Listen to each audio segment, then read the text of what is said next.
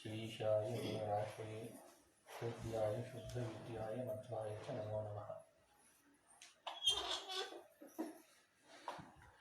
जयति हरिरचिन्त्यः सर्वदेवैकवन्द्यः परमगुरुरभीष्टावाप्तिदः सज्जनानां निखिलगुणगणार्णो नित्यनिर्मुक्तदोषः सरसिजनयनोऽसौ श्रीसजन्मानदोनः।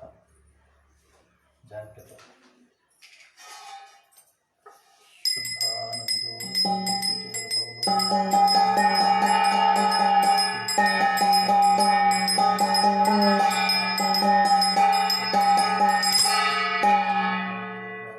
वन्दे मुकुन्दाविदमनवेदान्तवेद्य नारायण हरिविठ्ठल।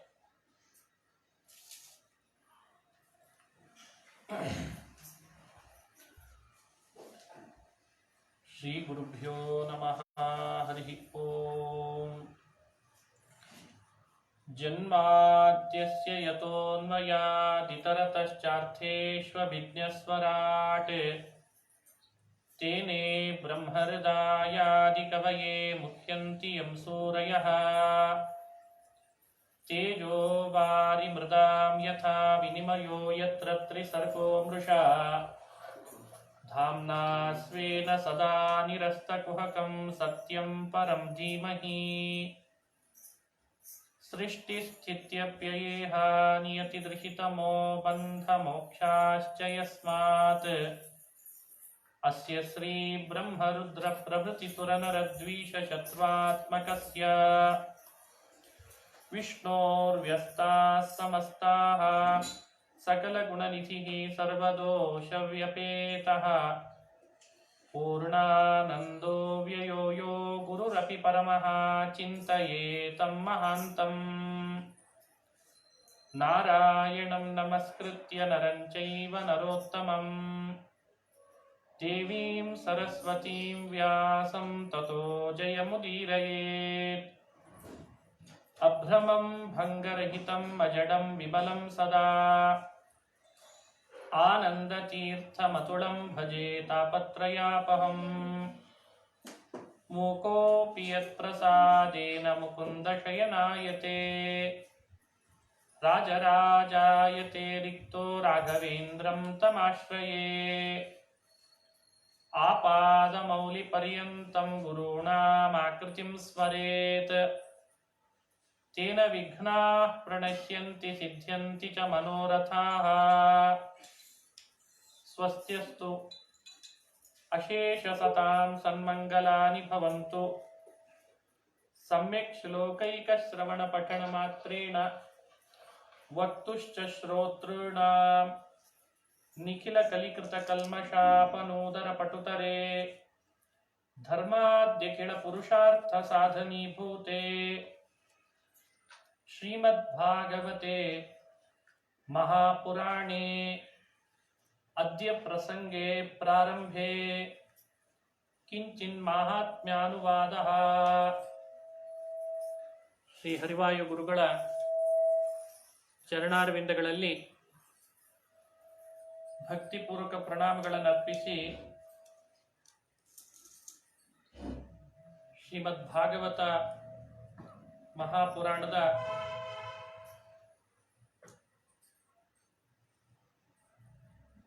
ಪ್ರಾರಂಭ ಮಾಡ್ತಾ ಇದ್ದೇನೆ. ಭಾಗವತ ಮಹಾಪುರಾಣ ವೇದವ್ಯಾಸರು ರಚನೆ ಮಾಡಿದಂತಹ ಸಜ್ಜನರ ಮೇಲೆ ಕರುಣೆಯಿಂದ ರಚನೆ ಮಾಡಿದಂತಹ ಪುರಾಣ. ಈ ಭಾಗವತ ಶ್ರವಣ ಮಾಡುವಾಗ ಮೊದಲು ಮಹಾತ್ಮ್ಯವನ್ನ ಶ್ರವಣ ಮಾಡಿ ಆಮೇಲೆ ಭಾಗವತ ಕೇಳಬೇಕು ಅಂತ ಪದ್ಧತಿ. ಅದಕ್ಕನುಗುಣವಾಗಿ ಪದ್ಮಪುರಾಣದಲ್ಲಿ ಭಾಗವತ ಮಹಾತ್ಮ್ಯವನ್ನು ವೇದವ್ಯಾಸರು ತಿಳಿಸಿಕೊಡ್ತಾರೆ. 2 ಉಪಾಖ್ಯಾನಗಳು ಬಹಳ ಪ್ರಸಿದ್ಧವಾದದ್ದು. ಹಿಂದೆ ನಡೆದ 2 ಉಪಾಖ್ಯಾನಗಳಲ್ಲಿ ಮೊದಲು ನಡೆದದ್ದು ಈ ಕಲಿಯುಗ ಪ್ರಾರಂಭ ಆದಾಗ ಭಕ್ತಿ ಅಂತ ಒಬ್ಳಿದ್ಲಂತೆ. ಭಕ್ತಿಗೆ 2 ಮಕ್ಕಳು, ಜ್ಞಾನ ಹಾಗೂ ವೈರಾಗ್ಯ ಅಂತ. ಅವಳು ದ್ರವಿಡ ದೇಶದಲ್ಲಿ ಜನ್ಮ ತಳೆದು ಕಲಿಯುಗದ ಪ್ರಭಾವದಿಂದ ಅಲ್ಲಲ್ಲಿ ಎಲ್ಲೂ ವಾಸಸ್ಥಳ ಸಿಗದೇನೆ ಕ್ಷೇತ್ರ ತೀರ್ಥಗಳಿಗೆ ಸಂಚರಿಸ್ತಾ ಉತ್ತರ ಭಾರತಕ್ಕೆ ಹೋದ್ಲಂತೆ. ಉತ್ತರ ಭಾರತಕ್ಕೆ ಹೋದಾಗ ಆ ಉತ್ತರ ಭಾರತದಲ್ಲಿ ಕೃಷ್ಣ ವಿಹಾರ ಮಾಡಿದಂತಹ ತಾಣ ವೃಂದಾವನ, ಮಥುರಾ, ಯಮುನಾ ನದಿ ತೀರ, ಅಲ್ಲಿಗೆ ಭಕ್ತಿ ಹೋಗಿದ್ದಾಳೆ. ಅವಳಿಗೆ ಯೌವನ ಬಂತಂತೆ, ಯುವತಿ ಆದ್ಲು. ಆದ್ರೆ ಅವಳ ಮಕ್ಕಳು ಜ್ಞಾನ ಹಾಗೂ ವೈರಾಗ್ಯರಿಬ್ರು ವೃದ್ಧರಾಗಿಬಿಟ್ರಂತೆ. ಇದು ವೈಪರೀತ್ಯ, ಕಲಿಯುಗದಲ್ಲಿ ನಡೆದಂತಹ ಘಟನೆ. ಭಕ್ತಿಗೆ ಬಹಳ ಮನಸ್ಸಿಗೆ ಖೇದ ಆಗ್ತಾ ಇದೆ. ನಾನು ವೃದ್ಧಳಾಗಿದ್ದು ಮಕ್ಕಳಿಬ್ರು ಯುವಕರಾಗಿರ್ಬೇಕಾಗಿತ್ತು, ನಾನೇ ಯುವತಿ ಆದೆ, ಮಕ್ಕಳಿಬ್ರು ವೃದ್ಧರಾದ್ರಲ್ಲ, ಇದೇನು ವೈಪರೀತ್ಯ, ಎಂಥ ಪರಿಸ್ಥಿತಿ ಅಂತ ಅವಳಿಗೆ ಚಿಂತೆ ಆಯಿತು. ಆಗ ನಾರದರು ಭಾರತ ಭೂಮಿ ಬಹಳ ಪವಿತ್ರ, ಇಲ್ಲಿ ತೀರ್ಥಕ್ಷೇತ್ರಗಳು ಬಹಳ ಇದ್ದಾವೆ, ನೋಡೋಣ, ಕಲಿಯುಗ ಪ್ರಾರಂಭ ಆಗಿದೆ, ಯಾರು ಹೇಗಿದ್ದಾರೆ ಪ್ರಜೆಗಳು ಅಂತ ಕೆಳಗಿಳಿದು ಬಂದ್ರಂತೆ. ಅಹಂತು ಪೃಥಿವೀಂ ಯಾತೋ ಜ್ಞಾತ್ವಾ ಸರ್ವೋತ್ತಮಾಮಿತಿ ಪುಷ್ಕರಂಚ ಪ್ರಯಾಗಂಚ ಕಾಶೀಂ ಗೋದಾವರೀಂ ತಥಾ. ಪುಷ್ಕರ, ಪ್ರಯಾಗ, ಕಾಶಿ, ಗೋದಾವರಿ ತೀರ್ಥಗಳನ್ನೆಲ್ಲ ಪರ್ಯಟನೆ ಮಾಡಿದರು ನಾರದರು. ಎಲ್ಲಿಯೂ ಕೂಡ ಅವರಿಗೆ ಧರ್ಮ ಕಾಣಿಸ್ತಾ ಇಲ್ಲ. ಆವಾಗ ಕಲಿನ ಅಧರ್ಮ ಮಿತ್ರೇಣ, ಅಧರ್ಮ ಸ್ನೇಹಿತ ಕಲಿ ಎಲ್ಲೆಡೆಯಲ್ಲಿ ತುಂಬಿಕೊಂಡಿದ್ದಾನೆ. ಸತ್ಯ ಇಲ್ಲ, ತಪಸ್ಸಿಲ್ಲ, ದಯೆ ಇಲ್ಲ, ಶೌಚ ಇಲ್ಲ. ಸತ್ಯಂ ನಾಸ್ತಿ ತಪಶೌಚಂ ದಯಾದಾನಂ ನ ವಿದ್ಯತೆ ಉದರಂ ಭರಿಣೋ ಜೀವಾಹ ವರಾಕ ಕೂಟಭಾಷಿಣಃ. ಸತ್ಯ, ತಪಸ್ಸು, ದಯೆ ಇಲ್ಲದೆ ಉದರಂ ಭರಿಣೋ ಜೀವಾಹ, ಹೊಟ್ಟೆಪಾಡಿನ ಬದುಕು ಕಟ್ಟಿಕೊಂಡವರೇ ಬಹಳ ಆಗಿದ್ರಂತೆ. ಇಂಥ ಪ್ರಸಂಗ ನೋಡ್ತಾ ನೋಡ್ತಾ ನಾರದರು ಇದೆಲ್ಲ ಕಲಿಯುಗದ ಪ್ರಭಾವ ಅಂತ ಭಾವಿಸಿದ್ರು. ಅವರು ಯಮುನಾ ನದಿ ತೀರ, ಕೃಷ್ಣನ ವಿಹಾರದ ಭೂಮಿ ಅಂತ ಅಲ್ಲಿಗೆ ಬಂದ್ರಂತೆ. ತತ್ರಾಶ್ಚರ್ಯಂ ಮಯಾ ದೃಷ್ಟಂ ಶ್ರೂಯತಾಂ ತನ್ಮುನೀಶ್ವರಾಃ. ನಾರದರಿಗೆ ಅಲ್ಲೊಂದು ಆಶ್ಚರ್ಯ ಕಾದಿತ್ತು. ಅದೇ ಆ ಭಕ್ತಿ ತರುಣಿ ನಾರದರ ಮುಂದೆ ಬಂದು ತನ್ನ ದುಃಖವನ್ನು ತೋಡ್ಕೊಳ್ತಾಳೆ. ಇಬ್ರು ತೊಡೆ ಮೇಲೆ ಮಲಗಿಸ್ಕೊಂಡಿದ್ದಾಳೆ ಜ್ಞಾನ ವೈರಾಗ್ಯರನ್ನ. ಅವ್ರು ಈಗಲೂ ಆಗ್ಲೂ ಉಸಿರು ಬಿಡೋ ಸ್ಥಿತಿಗೆ ಹೋಗಿದ್ರಂತಾಗಲೇ. ಆಗ ಭಕ್ತಿ ಮಾತನಾಡಿಸ್ತಾಳೆ ನಾರದರನ್ನ. ಭೋ ಭೋ ಸಾಧೋ ಕ್ಷಣಂ ತಿಷ್ಠ ಮಚ್ಚಿಂತಾಮಪಿ ನಾಶಯ. ಕ್ಷಣಕಾಲ ನಿಂತು ನನ್ನ ಚಿಂತೆ ಪರಿಹಾರ ಮಾಡ್ರಿ ಅಂತ ಪ್ರಾರ್ಥನೆ ಮಾಡಿದ್ಲಂತ. ನಾರದರು ಕೇಳ್ತಾರೆ, ಏನ್ ನಿನಗಾದ ಚಿಂತೆ? ಏನಿಲ್ಲ, ನಾನು ತಾಯಿ ಯುವತಿಯಾಗಿಬಿಟ್ಟೆ, ಇವರಿಬ್ಬರು ಮಕ್ಕಳು ವೃದ್ಧರಾದ್ರು, ಈ ವೈಪರೀತ್ಯ ಪರಿಹಾರ ಮಾಡ್ರಿ ಅಂತ ಕೇಳಿದ್ಲಂತ. ನಾರದರು ಮನಸ್ಸಿನಲ್ಲಿ ಭಗವಂತನನ್ನು ಸ್ಮರಣೆ ಮಾಡ್ತಾ ನಾರಾಯಣ ಒಂದು ಸರಿಯಾದ ಮಾರ್ಗದರ್ಶನ ಮಾಡ್ಲಿ ಅಂತ ಕೇಳ್ಕೊಂಡ್ರು. ಆಗ ನಾರಾಯಣ ಶರೀರವಾಣಿಯಲ್ಲಿ ಹೇಳ್ತಾನೆ, ಏತದರ್ಥಂತು ಸತ್ಕರ್ಮ ಸುರರ್ಷೇ ತ್ವಂ ಸಮಾಚರ. ದೇವರ್ಷಿ ನಾರದ, ಭಕ್ತಿಯ ವ್ಯಥೆ ಪರಿಹಾರ ಆಗಲಿಕ್ಕೆ ಒಂದು ಸತ್ಕರ್ಮ ಆಚರಣೆ ಮಾಡು ಅಂತ. ನಾರದರಿಗೆ ತಿಳಿದಂತೆ ಅನೇಕ ಕರ್ಮಗಳನ್ನು ಆಚರಣೆ ಮಾಡಿದರು. ವೇದ ವೇದಾಂತ ಘೋಷೈಶ್ಚ ಗೀತಾ ಪಾಠೈರ್ಮುಹುರ್ಮುಹು. ವೇದ ವೇದಾಂತಗಳ ಘೋಷಣ, ಗೀತಾ ಪಾಠ, ಏನೆಲ್ಲ ಸತ್ಕರ್ಮಗಳನ್ನು ಆಚರಣೆ ಮಾಡಿಸಿದ್ರು. ಆದರೆ ಅದು ಯಾವುದರಿಂದಲೂ ಪರಿಹಾರ ಕಾಣಲಿಲ್ಲ. ನಾರದರಿಗೆ ಮನಸ್ಸಿನಲ್ಲಿ ಸಂಶಯ ಬಂತಂತೆ. ನಾರಾಯಣ ಹೇಳಿದಂಥ ಸತ್ಕರ್ಮ ಬೇರೆ ಯಾವುದೋ ಇದೆಯೋ, ನಾನ್ ಮಾಡ್ತಾ ಇರೋದು ಯಾವುದೋ ಅಲ್ವೋ ಸತ್ಕರ್ಮ? ಏನ್ ನಿರೀಕ್ಷೆ ಇಟ್ಕೊಂಡಿದ್ದಾನೆ ಭಗವಂತ ಅಂತ ಅವರಿಗೆ ಸಂಶಯ ಬಂತಂತೆ. ಆಗ ನಾರದರಿಗೆ ದಾರಿಯಲ್ಲಿ ನಡೀತಾ ಬರುವಾಗ ಸನತ್ ಕುಮಾರರ ಭೇಟಿ ಆಯಿತು. ಅವ್ರ ಮುಂದೆ ಹೇಳ್ತಾರೆ ನಾರದರು, ಸತ್ಕರ್ಮ ಮಾಡ್ಲಿಕ್ಕೆ ಹೇಳಿದ್ದ ನಾರಾಯಣ, ಭಕ್ತಿ ವ್ಯಥೆ ಪರಿಹಾರ ಆಗ್ತದೆ ಅಂತ. ನಾನು ಏನೆಲ್ಲ ಮಾಡಿದರೂ ಪರಿಹಾರ ಆಗಲಿಲ್ಲ, ಯಾವುದಾದ್ರೂ ಸತ್ಕರ್ಮ ಅನ್ನೋ ಹೆಸರಿಂದು ಬೇರೆ ಇದೆನಾ ಅಂತ ಕೇಳಿದ್ರಂತೆ. ಸನತ್ ಕುಮಾರ ಊಚುಹು. ಸನತ್ ಕುಮಾರರಂತಾರೆ, ಉಳಿದೆಲ್ಲವೂ ಕರ್ಮ ಅನ್ನೋ ಹೆಸರಿನಿಂದ ಕರೆಸ್ಕೊಂಡ್ರೆ ಜ್ಞಾನಯಜ್ಞ ಮಾತ್ರ ಸತ್ಕರ್ಮ ಅಂತ ಕರೀತಾರೆ ಅಂತಂದ್ರಂತೆ. ಎಲ್ಲವೂ ಕರ್ಮ, ಜ್ಞಾನಯಜ್ಞ ಮಾಡಿದ್ರೆ ಮಾತ್ರ ಸತ್ಕರ್ಮ. ಜ್ಞಾನ ಯಜ್ಞ ಪರಂತಪ ಅಂತಾನೆ ಶ್ರೀಕೃಷ್ಣ. ಹಾಗಾಗಿ ಮಾನವ ಸಮಾಜ ಕರ್ಮ ಮಾಡೋದ್ರ ಜೊತೆಯಲ್ಲಿ ಸತ್ಕರ್ಮ ಮಾಡೋದನ್ನು ಯಾವಾಗಲೂ ಅಭ್ಯಾಸ ಮಾಡಿಕೊಳ್ಬೇಕು. ಜ್ಞಾನಯಜ್ಞದಲ್ಲಿ ಪಾಲ್ಗೊಳ್ಬೇಕು, ಜ್ಞಾನಯಜ್ಞವನ್ನು ಮಾಡಿಸ್ಬೇಕು, ಜ್ಞಾನಯಜ್ಞವನ್ನ ತಾವು ಮಾಡಬೇಕು. ಆವಾಗ ನಾರದರಂತಾರೆ, ಯಾವ ಜ್ಞಾನಯಜ್ಞವನ್ನು ಸತ್ಕರ್ಮ ಅಂತ ಕೃಷ್ಣ ನಾರಾಯಣ ಅಶರೀರವಾಣಿಯಲ್ಲಿ ಹೇಳಿದ. ಶ್ರೀಮದ್ ಭಾಗವತವನ್ನು ಆಲಾಪನೆ ಮಾಡಿಸಲಿ, ಚೆನ್ನಾಗಿ ಶ್ರೀಮದ್ ಭಾಗವತದ ಜ್ಞಾನಯಜ್ಞ ಮಾಡಿಸಲಿ, ಭಕ್ತಿಯ ವ್ಯಥೆ ಪರಿಹಾರ ಆಗ್ತದೆ ಅಂತಂದ್ರು. ಆಗ ನಾರದರು ಸ್ವತಃ ತಾವೇ ಆಯೋಜಕರಾದರಂತೆ ಭಾಗವತಕ್ಕೆ. ಭಾಗವತ ಪ್ರವಚನದ ಮೊದಲನೇ ಆಯೋಜಕರು ನಾರದರಂತೆ. ಪ್ರಾಯೋಜಕರ ಹೆಸರು ಹೇಳಲಿಲ್ಲ. ಗಂಗಾ ತೀರದಲ್ಲಿ ಭಾಗವತ ಪ್ರವಚನ ವ್ಯವಸ್ಥೆ ಮಾಡಿದ್ದಾರೆ. ಸನತ್ ಕುಮಾರರಿಗೆ ಆಹ್ವಾನ ಕೊಟ್ಟರು, ನೀವೇ ಬಂದು ನಡೆಸಿಕೊಡ್ಬೇಕು, ಭಕ್ತಿಯ ವ್ಯಥೆ ಪರಿಹಾರ ಆದ್ರೆ ಸಾಕು. ಹಾಗಾಗಿ ಗಂಗಾ ತೀರದಲ್ಲಿ ಆನಂದವನ ಅಂತ ಒಂದು ಸ್ಥಳ, ಅಲ್ಲಿ ಆನಂದವನದಲ್ಲಿ ವ್ಯವಸ್ಥೆ ಮಾಡ್ತೇನೆ, 7 ದಿನಗಳ ಕಾಲ ಭಾಗವತ ಸಪ್ತಾಹ ಮಾಡಿಕೊಡ್ರಿ. ಅತ್ರಿ ವಸಿಷ್ಠ ಮೊದಲಾದ ಬ್ರಹ್ಮರ್ಷಿಗಳು ಸೇರಿದರು. ಕಾರ್ತೀಕ ಮಾಸದ ನವಮಿಯಿಂದ ಭಾಗವತ ಪ್ರಾರಂಭ ಆಯಿತು. ಊಚುರೂರ್ಜೆ ಸಿತೆ ಪಕ್ಷೆ ನವಮ್ಯಾಂ ಬ್ರಹ್ಮಣ ಸುತಾಹ. ಸಿತೆ ಪಕ್ಷೆ ನವಮ್ಯಾಂ ಬ್ರಹ್ಮಣ ಸುತಾಹ ಊಚುಹು.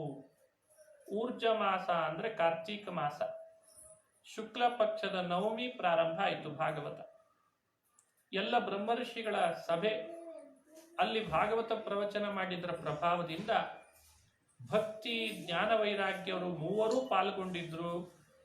ಭಾಗವತ ತನ್ನ ಪ್ರಭಾವ ತೋರಿಸ್ತದೆ, ಭಕ್ತಿ ಅಭಿವೃದ್ಧಳಾಗಿ ನಿಂತ್ಲಂತೆ. ಜ್ಞಾನ ವೈರಾಗ್ಯರಿಗೆ ಒಳ್ಳೆ ಚೈತನ್ಯ ಬಂತು. ಅವರೊಳಗೆ ಸೇರಿದ ಜಾಡ್ಯ ದೂರ ಆಯಿತು, ಅವರ ಒಳಗೆ ಸೇರಿದ ಆಲಸ್ಯ ದೂರ ಆಯಿತು. ಅವರು ಯುವಕರಾಗಿ ನಿಂತುಕೊಂಡ್ರು ಜ್ಞಾನ ವೈರಾಗ್ಯರು. ಆ 7 ದಿನಗಳ ಭಾಗವತ ಮುಕ್ತಾಯ ಆಗ್ತಿರುವಾಗ ಭಕ್ತಿ ಸುತೌ ತೌ ತರುಣೌ ಗೃಹೀತ್ವಾ ಪ್ರೇಮೈಕ ರೂಪ ಸಹಸಾ ವಿರಾಸೀತ್.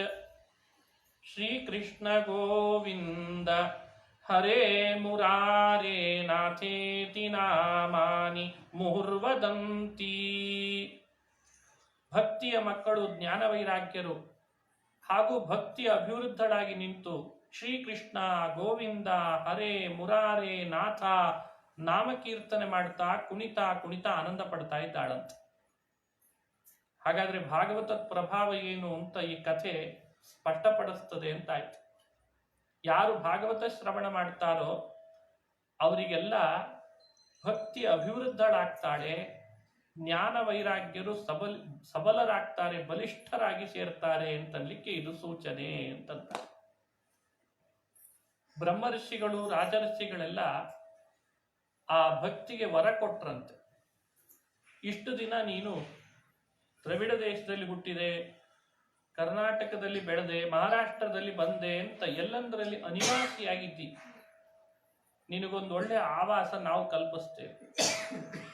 ಎಲ್ಲಿ ಭಾಗವತ ಕಥಾ ಶ್ರವಣ ನಡೀತದೆ, ಎಲ್ಲಿ ಭಾಗವತವನ್ನ ಭಕ್ತಿಯಿಂದ ಅಧ್ಯಯನ ಮಾಡ್ತಾರೆ, ಪಾರಾಯಣ ಮಾಡ್ತಾರೆ, ಅವರವರ ಮನಸ್ಸಿನೊಳಗೆ ನೀನು ನೆಲೆಸು ಅಂತಂದ್ರಂತೆ.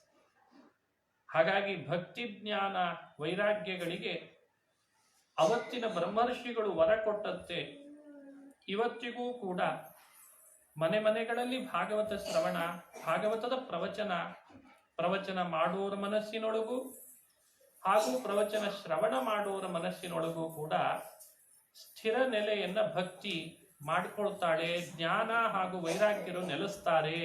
ಇದು ಭಾಗವತದ ಪ್ರಭಾವ ಅಂತಂತಾರೆ. ಭಕ್ತಿ ಜ್ಞಾನ ವಿರಾಗಾಣ ಸ್ಥಾಪನಾಯ ಪ್ರಕಾಶಿತಂ, ಇದೇ ಅದಕ್ಕೆ ಆಧಾರ. ಹಾಗಾಗಿ ಸರಿಯಾದ ಭಕ್ತಿ ಭಗವಂತನಲ್ಲಿ ಮೂಡಬೇಕಾದ್ರೆ ಸರಿಯಾದ ತಿಳುವಳಿಕೆ ಪರಮಾತ್ಮನ ಬಗ್ಗೆ ಬರಬೇಕಾದ್ರೆ ಭಾಗವತವನ್ನ ಚೆನ್ನಾಗಿ ಚಿಂತನೆ ಮಾಡಬೇಕು. ಸಂಸಾರದಲ್ಲಿ ವೈರಾಗ್ಯ ಹುಟ್ಟಬೇಕಾದ್ರೆ ಭಾಗವತವನ್ನ ಚೆನ್ನಾಗಿ ಚಿಂತನೆ ಮಾಡಬೇಕು. ಜ್ಞಾನ, ಭಕ್ತಿ, ವೈರಾಗ್ಯಗಳ ಅಭಿವೃದ್ಧಿಯೇ ಭಾಗವತದ ಪರಮ ಮುಖ್ಯವಾದ ಫಲ ಅಂತ ಅನುಸಂಧಾನ ಮಾಡಿಸ್ತಾರೆ. ಇದು ಒಂದು ಉಪಾಖ್ಯಾನ.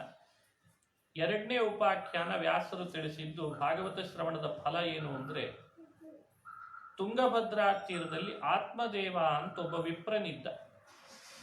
ಆ ಆತ್ಮದೇವನಿಗೆ ಇಬ್ರು ಮಕ್ಕಳು, ಒಬ್ಬನು ಗೋಕರ್ಣ, ಇನ್ನೊಬ್ಬ ದುಂದುಕಾರಿ ಅಂತ. ಹೆಸರೇ ದುಂದುಕಾರಿ. ದುಂದು ವೆಚ್ಚ ಮಾಡೋದು, ಸುರಾಪಾನ, ಜೂಜಾಟ, ವೇಶ್ಯೆಯರ ಸಹವಾಸ ಅಂತೂ ಮಾಡಬಾರ್ದ ಕುಕೃತ್ಯಗಳೆಲ್ಲ ಮಾಡ್ತಿದ್ದ. ಅವನ ಪಾಪ ಅತಿ ಹೆಚ್ಚು ನಡೆದಿದ್ದಕ್ಕೆ ಪಾಪದ ಕೊಡ ತುಂಬಿತು, ಶರೀರ ಬಿಟ್ಟ, ದೇಹ ಬಿಟ್ಟ, ಅವನಿಗೆ ಪ್ರೇತತ್ವ ಬಂತು ಅಂತ ಹೇಳ್ತಾರೆ. ಪ್ರೇತ ಶರೀರ ಬಂದಿತ್ತಂತೆ. ಆ ಪ್ರೇತ ಶರೀರದಿಂದ ಮುಕ್ತಿ ಕೊಡಿಸ್ಬೇಕು ಅಂತ ಅವನ ಅನುಜನಾದಂಥ ಗೋಕರ್ಣ ಅವರ ಮನೆಯಲ್ಲೇ ಭಾಗವತ ಶ್ರವಣ ಮಾಡಿಸಿದ್ನಂತೆ. ಇದು ಎರಡನೇ ಉಪಾಖ್ಯಾನ. ಆಷಾಢ ಮಾಸದ ನವಮಿಯಿಂದ ಆರಂಭ ಮಾಡಿ ಹುಣ್ಣಿಮೆಯವರೆಗೂ ಸಪ್ತಾಹ ಶ್ರವಣ ಮಾಡಿಸಿದ. ಮೊದಲನೇ ದಿನ ಭಾಗವತ ಶ್ರವಣ ಮಾಡಲಿಕ್ಕೆ ಆ ದುಂದುಕಾರಿ ಪ್ರೇತ ಗೋಕರ್ಣನ ಮನೆ ಒಳಗೆ ಒಂದು ಬಿದಿರುಗೋಲಿನಲ್ಲಿ ಬಂದು ಸೇರಿ ಭಾಗವತ ಶ್ರವಣ ಮಾಡಿದ್ದ. ಪ್ರಥಮೇನ್ ಹಿ ತಥಾ ಸಾಯಂ ಪ್ರಥಮ ಗ್ರಂಥಿ ಭೇದನಂ. ಮೊದಲನೇ ದಿನ ಭಾಗವತ ಶ್ರವಣ ಮಾಡಿದಾಗ ಆ ಬಿದಿರುಗೋಲಿನಲ್ಲಿ ಕುಳಿತಂತಹ ದುಂದುಕಾರಿ ಕೋಲಿನ ಮೊದಲನೇ ಗಂಟು ಒಡೆದು ಹೊರಗೆ ಬಂದಂತೆ. ದ್ವಿತೀಯೇನ್ ಹಿ ತಥಾ ಸಾಯಂ ದ್ವಿತೀಯ ಗ್ರಂಥಿ ಭೇದನಂ. ಎರಡನೇ ದಿನವೂ ಕೂಡ ಎರಡನೇ ಗಂಟು ಒಡೆದುಕೊಂಡು ಹೊರಗೆ ಬಂದ. ಹೀಗೆ 7 ದಿನಗಳ ಭಾಗವತ ಶ್ರವಣದಿಂದ ಆ ಪ್ರೇತ ಶರೀರನೇ ಕೆಳಗೆ ಬಿತ್ತು. ದೇವಲೋಕದ ವಿಮಾನ ಆಕಾಶದಲ್ಲಿ ಬಂದಿದೆ. ದೇವದೂತರು ಬಂದು ಕರೀತಾರೆ ದುಂದುಕಾರಿಯನ್ನ, ಬಾರೋ, ಕೃಷ್ಣ ಲೋಕಕ್ಕೆ ಕರೆದುಕೊಂಡು ಹೋಗ್ತೇವೆ, ಬಾ ಕೂಡು ವಿಮಾನದಲ್ಲಿ ಅಂತ ಕೂಡಿಸಿದ್ರಂತೆ. ಗೋಕರ್ಣನನ್ನು ಕುರಿತು ವಿಮಾನದಲ್ಲಿ ಕುಳಿತಂತಹ ದುಂದುಕಾರಿ ಹೇಳ್ತಾನೆ, ಭಾಗವತ ಶ್ರವಣ ಮಾಡಿದ್ರಿಂದ ಪ್ರೇತ ಶರೀರ ಕಳೆದೋಯ್ತು, ಹಾಗಾಗಿ ಭಾಗವತದ ವಾರ್ತೆ ನಿಜವಾಗಲೂ ಧನ್ಯ ಅಂತಂದ. ಧನ್ಯ ಭಾಗವತಿ ವಾರ್ತಾ ಪ್ರೇತ ಪೀಡಾ ವಿನಾಶಿನಿ ಸಪ್ತಾಹೋಪಿ ತಥಾ ಧನ್ಯ ಕೃಷ್ಣಲೋಕ ಫಲಪ್ರದ.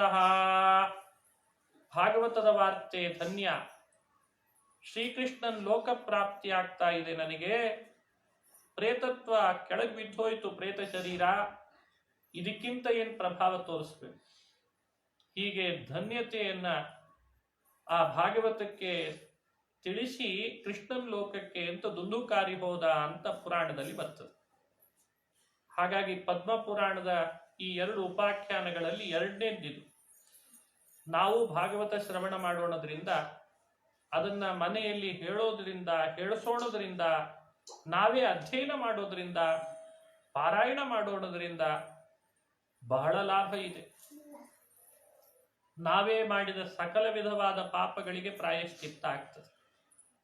ಅಥವಾ ಇನ್ಯಾರಾದರೂ ಪಾಪ ಮಾಡಿ ಆ ಪಾಪದ ಪ್ರಭಾವದಿಂದ ಪ್ರೇತತ್ವ ಮೊದಲಾದ ಶರೀರ ಪಡ್ಕೊಂಡಿದ್ರೆ ಅವ್ರದ್ದು ಎಲ್ಲ ಅದರಿಂದ ಪರಿಹಾರ ಆಗ್ತದೆ.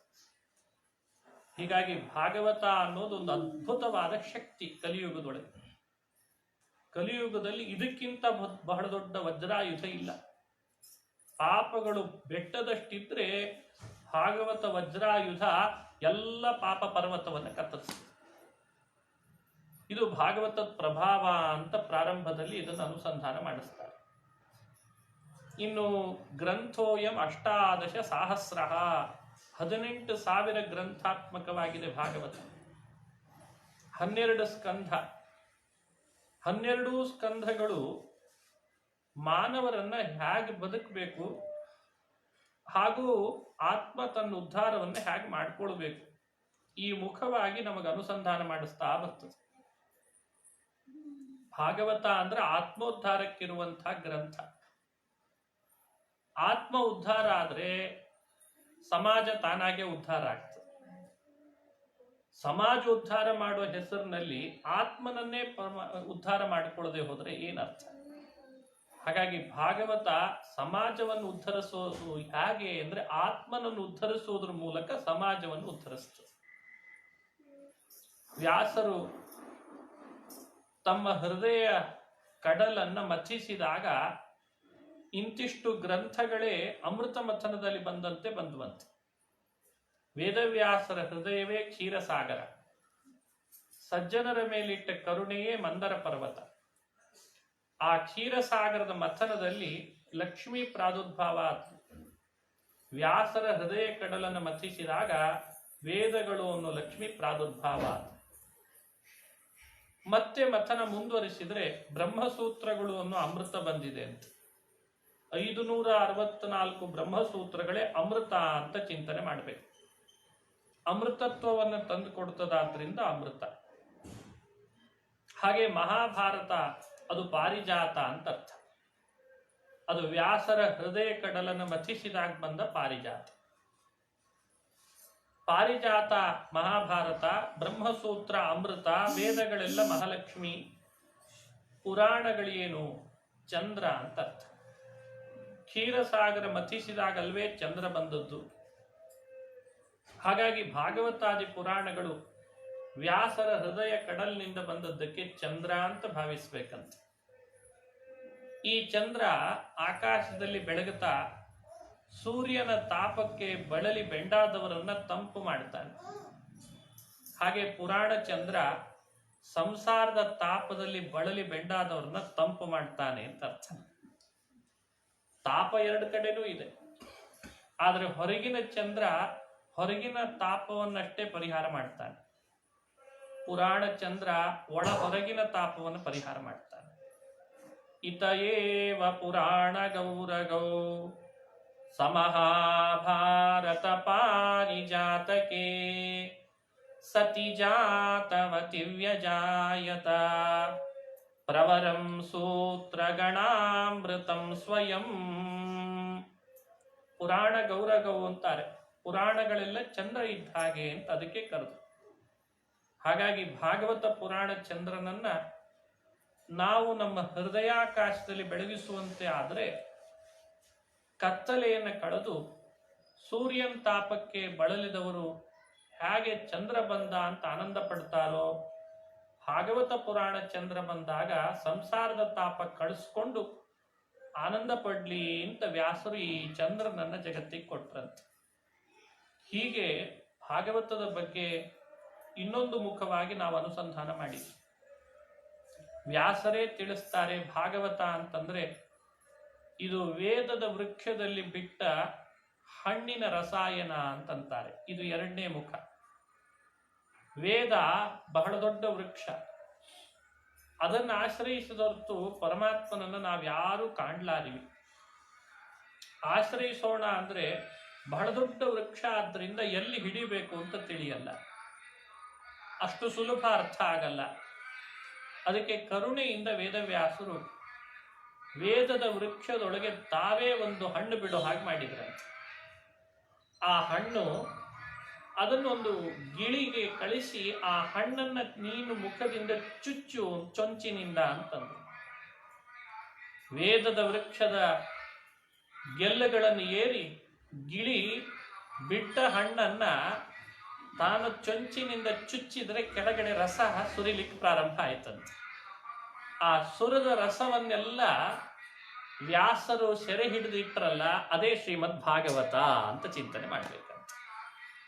ನಿಗಮ ಕಲ್ಪತರೋರ್ಗಲಿತಂ ಫಲಂ ಶುಕ ಮುಖಾದಮೃತದ್ರವ ಸಂಯುತಂ ಪಿಬತ ಭಾಗವತಂ ರಸಮಾಲಯಂ ಮುಹುರಹೋ ರಸಿಕಾ ಭುವಿ ಭಾವುಕಾಃ. ಇದು ಇದರ ಸಾರ. ಗಲಿತಂ ಫಲಂ ಶುಕಮುಖಾದ ಅಮೃತದ್ರವ ಸಂಯುತ. ಹಣ್ಣು ಗಿಡದಲ್ಲಿ ಬಿಟ್ಟಾಗ ಬಹಳ ಕಡೆಯಲ್ಲಿ ಅನಿಸ್ತಿರ್ತದೆ, ಬೀಜ ಇದೆ, ಸಿಪ್ಪೆ ಇದೆ, ಹಾಗೂ ರಸ ಇದೆ. ಹಾಗಾದ್ರೆ ಲೋಕದ ಹಣ್ಣಿಗೆ ಕುಡಿಯುವ ಅಂಶವೂ ಇದೆ, ತಿನ್ನುವ ಅಂಶ ಇದೆ, ಹಾಗೆ ಅದರಲ್ಲಿ ಬಿಡೋ ಅಂಶವೂ ಇದೆ. ಸಿಪ್ಪೆ ಯಾರು ತಿನ್ಲಿಕ್ಕೆ ಸಾಧ್ಯ? ಬೀಜ ಯಾರು ತಾನೇ ತಿನ್ಲಿಕ್ಕೆ ಸಾಧ್ಯ? ರಸಾಯನ ಇದ್ರೆ ಕುಡಿಬಹುದು. ಅದಕ್ಕೆ ವ್ಯಾಸರಂತಾರೆ ಭಾಗವತದಲ್ಲಿ ಬಿಡೋ ಅಂಶ ಯಾವುದೂ ಇಲ್ಲ ಅಂತಂತಾರೆ. ಅದಕ್ಕೆ ಪಿಬತ ಭಾಗವತಂ ರಸಮಾಲಯಂ ಮುಹುರಹೋ ರಸಿಕಾ ಭುವಿ ಭಾವುಕಾಃ. ಇಲ್ಲಿ ಪಾನ ಮಾಡ್ಲಿಕ್ಕಷ್ಟೇ ಅವಕಾಶ. ಕುಡಿಯುವಾಗ ಬಿಟ್ಟು ಕುಡಿಯೋದು ಅಂತ ಯಾವುದೂ ಇಲ್ಲ. ತಿನ್ನುವಾಗ ಬಿಟ್ಟು ತಿನ್ನಬೇಕಾಗ್ತದೆ, ಬೀಜ ಸಿಪ್ಪೆ. ಅದಕ್ಕೆ ಪಿಬತ ಅಂತ ಎಲ್ಲರಿಗೂ ಅಪ್ಪಣೆ ಕೊಡಿಸ್ತಾರೆ ವೇದವ್ಯಾಸ. ಇದು ಭಾಗವತದ ಮತ್ತೊಂದು ಮುಖವಾದ ಚಿಂತನೆ. ಮತ್ತೊಂದು ರೀತಿಯಾಗಿ ಭಾಗವತದ ಮಹಿಮೆಯನ್ನು ಹೇಳ್ತಾರೆ ಆಚಾರ್ಯರು. ಅರ್ಥೋಯಂ ಬ್ರಹ್ಮಸೂತ್ರಾಣ ಭಾರತಾರ್ಥ ವಿನಿರ್ಣಯ ಗಾಯತ್ರಿ ಭಾಷ್ಯ ರೂಪೋಸೋ ವೇದಾರ್ಥ ಪರಿಬೃಂಹಿತ. ಇದು ಮತ್ತೊಂದು ಮುಖವಾದ ಚಿಂತನೆ. ಯಾವ ಭಾಗವತ ವೇದವ್ಯಾಸರು ಸಜ್ಜನ ಜಗತ್ತಿಗೆ ಕೊಟ್ಟರೋ ಅದು ಬ್ರಹ್ಮಸೂತ್ರಗಳನ್ನ ಸರಿಯಾದ ರೀತಿಯಲ್ಲಿ ಅರ್ಥೈಸಿಕೊಳ್ಳಿಕ್ಕಿರುವಂತಹ ಗ್ರಂಥ. ಭಾಗವತ ಅಂದ್ರೆ ಸಾಧಾರಣ ಅಲ್ಲ. ಅರ್ಥೋಯಂ ಬ್ರಹ್ಮಸೂತ್ರಾಣ 564 ಸೂತ್ರಗಳನ್ನು ಸರಿಯಾಗಿ ಅರ್ಥೈಸಿಕೊಳ್ಬೇಕಾದ್ರೆ ಭಾಗವತ ನೋಡ್ರಿ ಅಂತಂತಾರಂತೆ. ಭಾರತಾರ್ಥ ವಿನಿರ್ಣಯ, ಮಹಾಭಾರತದ ಆ ತತ್ವಾಂಶಗಳು ತಿಳುವಳಿಕೆಗೆ ಬರಬೇಕಾದ್ರೆ ಭಾಗವತ ನೋಡ್ರಿ ಅಂತ ಚಿಂತನೆ ಮಾಡಬೇಕು. ಗಾಯತ್ರಿ ಭಾಷ್ಯ ರೂಪೋಸೋ, ಗಾಯತ್ರಿ ಮಂತ್ರದ ಭಾಷ್ಯ ಶ್ರೀಮದ್ ಭಾಗವತವಾಗಿದೆ. ಸಕಲ ವೇದಾರ್ಥಗಳು ತುಂಬಿ ತುಡುಕೋದು ಭಾಗವತದಲ್ಲಿ. ವೇದಾರ್ಥ, ಗಾಯತ್ರಿಯ ಭಾಷ್ಯ, ಮಹಾಭಾರತದ ವಿಶೇಷ ತತ್ವಚಿಂತನೆ ಹಾಗೂ ಬ್ರಹ್ಮಸೂತ್ರಗಳ ಅರ್ಥ, ಇಷ್ಟೆಲ್ಲ ಒಳಗೊಂಡು ಶ್ರೀಮದ್ ಭಾಗವತ ಇದೆ ಅಂತ ಭಾಗವತದ ಹಿರಿಮೆಯನ್ನ ಮತ್ತೊಂದು ಮುಖವಾಗಿಯೂ ಅನುಸಂಧಾನ ಮಾಡಿಸ್ತಾರೆ. ಹೀಗೆ ಇಂಥ ಭಾಗವತ ದೇವಲೋಕದಲ್ಲಿ ದಿನೇ ದಿನೇ ಮನೆ ಮನೆಗಳಲ್ಲಿ ಇದನ್ನ ಪ್ರಚಾರ ಮಾಡ್ತಾರಂತೆ, ಹೇಳ್ತಾರೆ, ಕೇಳ್ತಾರೆ, ಪಾರಾಯಣ ಮಾಡ್ತಾರೆ. ದೇವಲೋಕದಲ್ಲಿ ಯಾವುದು ಪ್ರಚಾರಕ್ಕೆ ಬಂದಿದೆಯೋ ಮನುಷ್ಯ ಲೋಕದಲ್ಲೂ ಅದೇ ಪ್ರಚಾರಕ್ಕೆ ಬರ್ತಾ ಇದೆ. ಇದು ನಮ್ಮ ಭಾಗ್ಯ ಅಂತ ಭಾವಿಸ್ಬೇಕು. ದೇವಲೋಕದ ಪ್ರಚಾರ ಕಾರ್ಯ ಎಲ್ಲ ನಾರದರು ತಗೊಂಡಿದ್ದಾರಂತೆ. ಮನುಷ್ಯ ಲೋಕದ ಪ್ರಚಾರದ ಕಾರ್ಯವನ್ನೆಲ್ಲ ಜವಾಬ್ದಾರಿಯಿಂದ ಶುಕಮುನಿಗಳು ಮಾಡ್ತಾರಂತೆ. ಅಂತೂ ಅಲ್ಲಿಯೂ ಮಾಧ್ಯಮ ಇದೆ, ಇಲ್ಲಿಯೂ ಮಾಧ್ಯಮ ಇದೆ. ಅಡ್ವರ್ಟೈಸ್ಮೆಂಟ್ ಅಂತಿಲ್ಲ. ಹೀಗಾಗಿ ಭಾಗವತದ ಧಾರಾವಾಹಿ ನಿಂತೋಯ್ತು ಅಂತ ಆಗಲ್ಲ.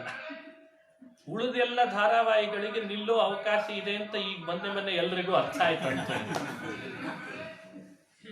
ನಿಲ್ಲದೆ ಉಳಿದ ಒಂದೇ ಒಂದು ಧಾರಾವಾಹಿ ಅಂದ್ರೆ ವೇದವ್ಯಾಸರ ಮಾಧ್ಯಮದಲ್ಲಿ ಮೂಡುವ ಧಾರಾವಾಹಿ. ಉಳಿದೆಲ್ಲ ಮಾಧ್ಯಮದಲ್ಲಿ ಬರೋದನ್ನೆಲ್ಲ ಸತ್ಯಕ್ಕೆ ದೂರವಾದ ಸಂಗತಿ, ಕೇವಲ ಕಾಲ್ಪನಿಕ. ಆದ್ರೆ ವ್ಯಾಸರು ತೋರಿಸೋದೆಲ್ಲ ಸತ್ಯ. ಇದೇ ವ್ಯತ್ಯಾಸ. ಸತ್ಯಂ ಸತ್ಯಂ ಪುನಃ ಸತ್ಯಂ ಉದ್ಧೃತ್ಯ ಭುಜಮುಚ್ಯತೆ ವೇದ ಶಾಸ್ತ್ರಾತ್ ಪರಂ ನಾಸ್ತಿ ನ ದೈವಂ ಕೇಶವಾತ್ ಪರಂ. ನಾವು ಎಷ್ಟೇ ಯೋಚನೆ ಮಾಡಿದ್ರು ಪ್ರಪಂಚದ ಬಗ್ಗೆ, ಎಷ್ಟೇ ನಾವು ಸಂಶೋಧನೆ ಮಾಡಿದ್ರು ಅದೆಲ್ಲ ಮೊದಲೇ ಮಾಡಿ ಇಟ್ಬಿಟ್ಟಿದ್ದಾರೆ ವೇದವ್ಯಾಸ. ವ್ಯಾಸರ ಜ್ಞಾನ ಎಷ್ಟು ವಿಶಾಲ ಅಂದ್ರೆ, ವ್ಯಾಸರ ಜ್ಞಾನದ ಮುಂದೆ ಆಕಾಶವು ಅವರ ಬುದ್ಧಿ ಒಳಗೆ ಒಂದು ಸಾಸಿವೆ ಆಗಿಬಿಡ್ತದಂತೆ. ಇಷ್ಟು ಹೇಳಿದ್ರೆ ಸಾಕು ಅಂತಾರೆ.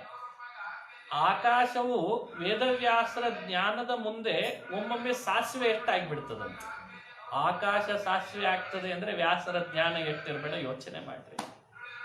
ನದೈವಂ ಕೇಶವಾತ್ಪರಂ ಉದ್ಧೃತ್ಯ ಭುಜ ಮುಚ್ಯತೆ. ಅಷ್ಟು ಜ್ಞಾನ ಸಾಗರನಾದ ಸ್ವತಃ ವೇದವ್ಯಾಸ ಭೂಮಿಗೆ ಬಂದು ಭಾಗವತ, ರಾಮಾಯಣ, ಮಹಾಭಾರತಗಳನ್ನು ಜಗತ್ತಿಗೆ ಕೊಟ್ಟಿದಾನಲ್ಲ, ಇದು ಯಾವುದೂ ಸುಳ್ಳಲ್ಲ. ಸೂಚನಾ ಫಲಕ ಅಂತ ಹಾಕಿರ್ತಾರಲ್ಲ, ಸೂಚನಾ ಫಲಕ ಹಾಕುವಾಗಲೇನೆ ಇಲ್ಲಿ ಬರುವ ಯಾವುದೇ ಪಾತ್ರಗಳು ಕೇವಲ ಕಾಲ್ಪನಿಕ, ಇದು ಯಾವುದೇ ವ್ಯಕ್ತಿ ಪ್ರಸಂಗಗಳಿಗೆ ಸಂಬಂಧಪಟ್ಟದ್ದು ಅಲ್ಲ ಅಂತ ಹಾಕ್ತಾರೆ. ಆದ್ರೆ ವೇದವ್ಯಾಸರಂತಾರೆ ಇಲ್ಲಿ ಬರುವ ಎಲ್ಲಾ ಪಾತ್ರಗಳು ಸತ್ಯ, ಎಲ್ಲ ವ್ಯಕ್ತಿ ಪ್ರಸಂಗಗಳಿಗೆ ನನ್ನ ಭಾಗವತ ರಾಮಾಯಣಗಳಲ್ಲಿ ಬರೋದೆಲ್ಲ ಸಂಬಂಧ ಪಡ್ತದೆ. ಇದು ವ್ಯಾಸರ ಭಾಗವತಕ್ಕೆ ಕೊಡಬೇಕಾದ ಸೂಚನೆ. ಹೀಗೆ ಚಿಂತನೆ ಮಾಡಬೇಕಂತ. ಇದಾದ ಮೇಲೆ ಭಾಗವತದ ಒಳಗೆ ಪ್ರವೇಶ ಮಾಡೋದಾದ್ರೆ ಜನ್ಮಾದ್ಯಸ್ಯ ಯತೋನ್ವಯಾತ್ ಇತರತಶ್ಚಾರ್ಥೇಷ್ವಭಿಜ್ಞಸ್ವರಾಟ್ ಅಂತ ಪ್ರಾರಂಭ ಆಗ್ತದೆ. ಜ ಅಂತ ಜಕಾರದಿಂದ ಪ್ರಾರಂಭ ಆಗಿ ಸುರ ಋಷಭಾಯ ನಮಃ ಸನಾತನಾಯ ಅಂತ ಯಕಾರಕ್ಕೆ ಮುಕ್ತಾಯ ಆಗ್ತದೆ. ಹಾಗೂ ಜ ಮತ್ತು ಯ ಎರಡನ್ನು ಸೇರಿಸಿದ್ರೆ ಜಯ ಅಂತ ಪ್ರಸಿದ್ಧ. ಭಾಗವತ ಇಂದ್ರಿಯಗಳನ್ನ ಚೆನ್ನಾಗಿ ನಮಗೆ ಜಯಿಸಿಕೊಡ್ತದೆ, ಗೆಲ್ಲುವಂತೆ ಮಾಡ್ತದೆ. ಆದ್ದರಿಂದ ಜಯ ಅಂತ ಪ್ರಸಿದ್ಧ ಆಯ್ತದೆ. ಇದು ಭಾಗವತದ ಮತ್ತೊಂದು ಹಿರಿಮೆ ಅಂತ ಅನುಸಂಧಾನ ಮಾಡಬೇಕು. ಸತ್ಯಂ ಪರಂ ಧೀಮಹಿ ಅನ್ನೋಲ್ಲಿ ಧೀಮಹಿ ಅಂತ ವೇದವ್ಯಾಸರು ಪ್ರಯೋಗವನ್ನು ಮಾಡ್ತಾರೆ. ಧ್ಯಾಯೇಮ ಅಂತ ಧ್ಯಾನ ಮಾಡ್ತೇನೆ ಅಂತ ಪ್ರಯೋಗಿಸೋ ಜಾಗದಲ್ಲಿ ಧೀಮಹಿ ಅಂತ ಪ್ರಯೋಗಿಸಿದರು. ಧೀಮಹಿ ಎನ್ನುವುದು ಗಾಯತ್ರಿ ಮಂತ್ರದಲ್ಲಿ ಬರುವಂತಹ ಕ್ರಿಯಾಪದ. ಧೀಮಹಿ ಅಂತ ಕೇಳಿರ್ತೀರಿ ನೀವು. ಆ ಪ್ರಯೋಗವನ್ನೇ ಇಲ್ಲಿ ಮಾಡಿ ನನ್ನ ಭಾಗವತ ವೇದ ಸದೃಶವಾಗಿದೆ ಅಂತ ವೇದವ್ಯಾಸರು ಸೂಚನೆಯನ್ನು ಕೊಡ್ತಾರೆ. ಇನ್ನು ಜನ್ಮಾದ್ಯಸ್ಯ ಯತೋದ್ವಯಾತ್ ಇತರತಶ್ಚಾರ್ಥೇಷ್ವಭಿಜ್ಞಸ್ವರಾಟ್ ಅಂತ ಇದು ಮಂಗಳ ಪದ್ಯ. ನಿರ್ವಿಘ್ನ ಪುರುಷನಾದರೂ ವೇದವ್ಯಾಸ ಭಾಗವತ ಶ್ರವಣ ಮಾಡುವವರಿಗೆ ವಿಘ್ನಗಳು ಬರೋದು ಸಂಭಾವಿತ. ಅವರಿಗೆ ವಿಘ್ನ ಬರದಿರಲಿ ಅನ್ನೋ ಕಾರಣಕ್ಕೆ ತಾನೇ ಮಂಗಳ ಪದ್ಯದಲ್ಲಿ ಭಗವಂತನ ವ್ಯಕ್ತಿತ್ವವನ್ನು ಗುಣಗಾನ ಮಾಡ್ತಾರೆ. ದೇವರ ವ್ಯಕ್ತಿತ್ವ ಚಿಂತನೆಗಿಂತ ಮಂಗಳ ಮತ್ತೊಂದು ಯಾವುದಿದೆ? ಭಗವಂತನ ಗುಣಚಿಂತನೆ ಮಾಡಿದ್ರೆ ದೇವರಿಗೆ ಬಹಳ ಪ್ರೀತಿ ಆಗ್ತದಂತೆ. ಬಹಳ ಅದ್ಭುತವಾದ ಸಂಗತಿ. ಜಗತ್ತಿನೊಳಗೆ ಇನ್ನೊಬ್ಬರು ಗುಣಚಿಂತನೆ ಮಾಡಿದ್ರಿಂದ ಅವ್ರು ಪ್ರೀತರಾಗ್ತಾರೆ ಅಂತ ನಿಯಮ ಇಲ್ಲ. ನಮಗೆ ಗೊತ್ತಿದೆ ಇವ್ರು ಎಷ್ಟು ಒಳ್ಳೆಯವರು, ಅವ್ರು ಎಷ್ಟು ಒಳ್ಳೆಯವರು ಅಂತ. ಆದರೆ ನಾವಿಲ್ಲಿ ಕೂತ್ಕೊಂಡು ಅವ್ರು ಒಳ್ಳೆಯವರು ಅಂತ ಚಿಂತನೆ ಮಾಡಿದ್ರೆ ಅವರಿಗೆ ನಮ್ಮ ಮೇಲೆ ಪ್ರೀತಿ ಬರ್ತದೆ ಅಂತೇನಿಲ್ಲ. ಹಾಗೆಲ್ಲಿದೆ ಹೇಳ್ರಿ ನೋಡೋಣ.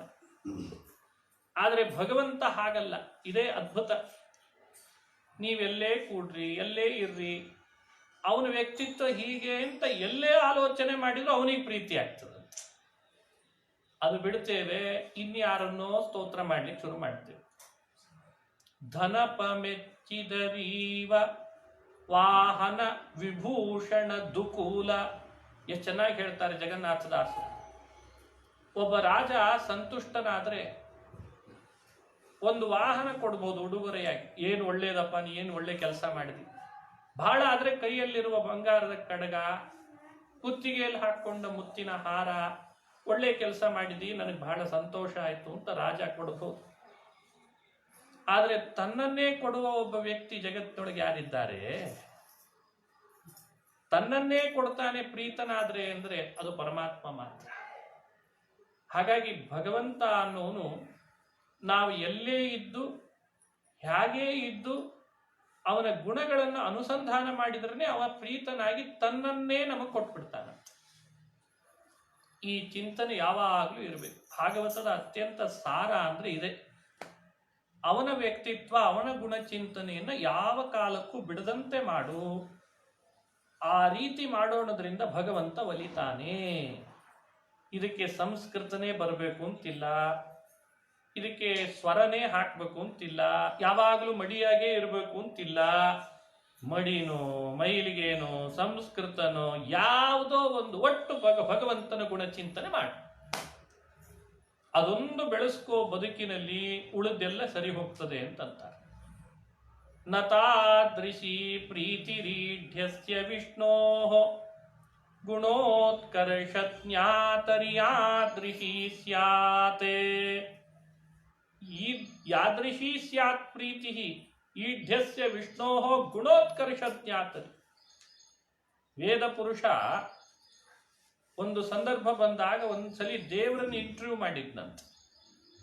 ಸಹಜ, ಯಾರನ್ನಾದ್ರೂ ಮಾಡ್ತಿರ್ತಾನೆ. ವೇದ ಪುರುಷನಿಗೆ ಪಾಪ ಸಾಕಷ್ಟು ಶಕ್ತಿ ಇರೋದ್ರಿಂದ ಆತ ಯಾರನ್ನಾದ್ರೂ ಮಾತಾಡಿಸ್ತಾನೆ. ಒಂದ್ಸಲಿ ವಿಶ್ವಾಮಿತ್ರನ್ ಕೇಳ್ತಾನೆ, ಒಂದ್ಸಲಿ ಅಗ್ನಿನ್ ಕೇಳ್ತಾನೆ, ಸೂರ್ಯನ್ ಕೇಳ್ತಾನೆ, ಚಂದ್ರನ್ ಕೇಳ್ತಾನೆ.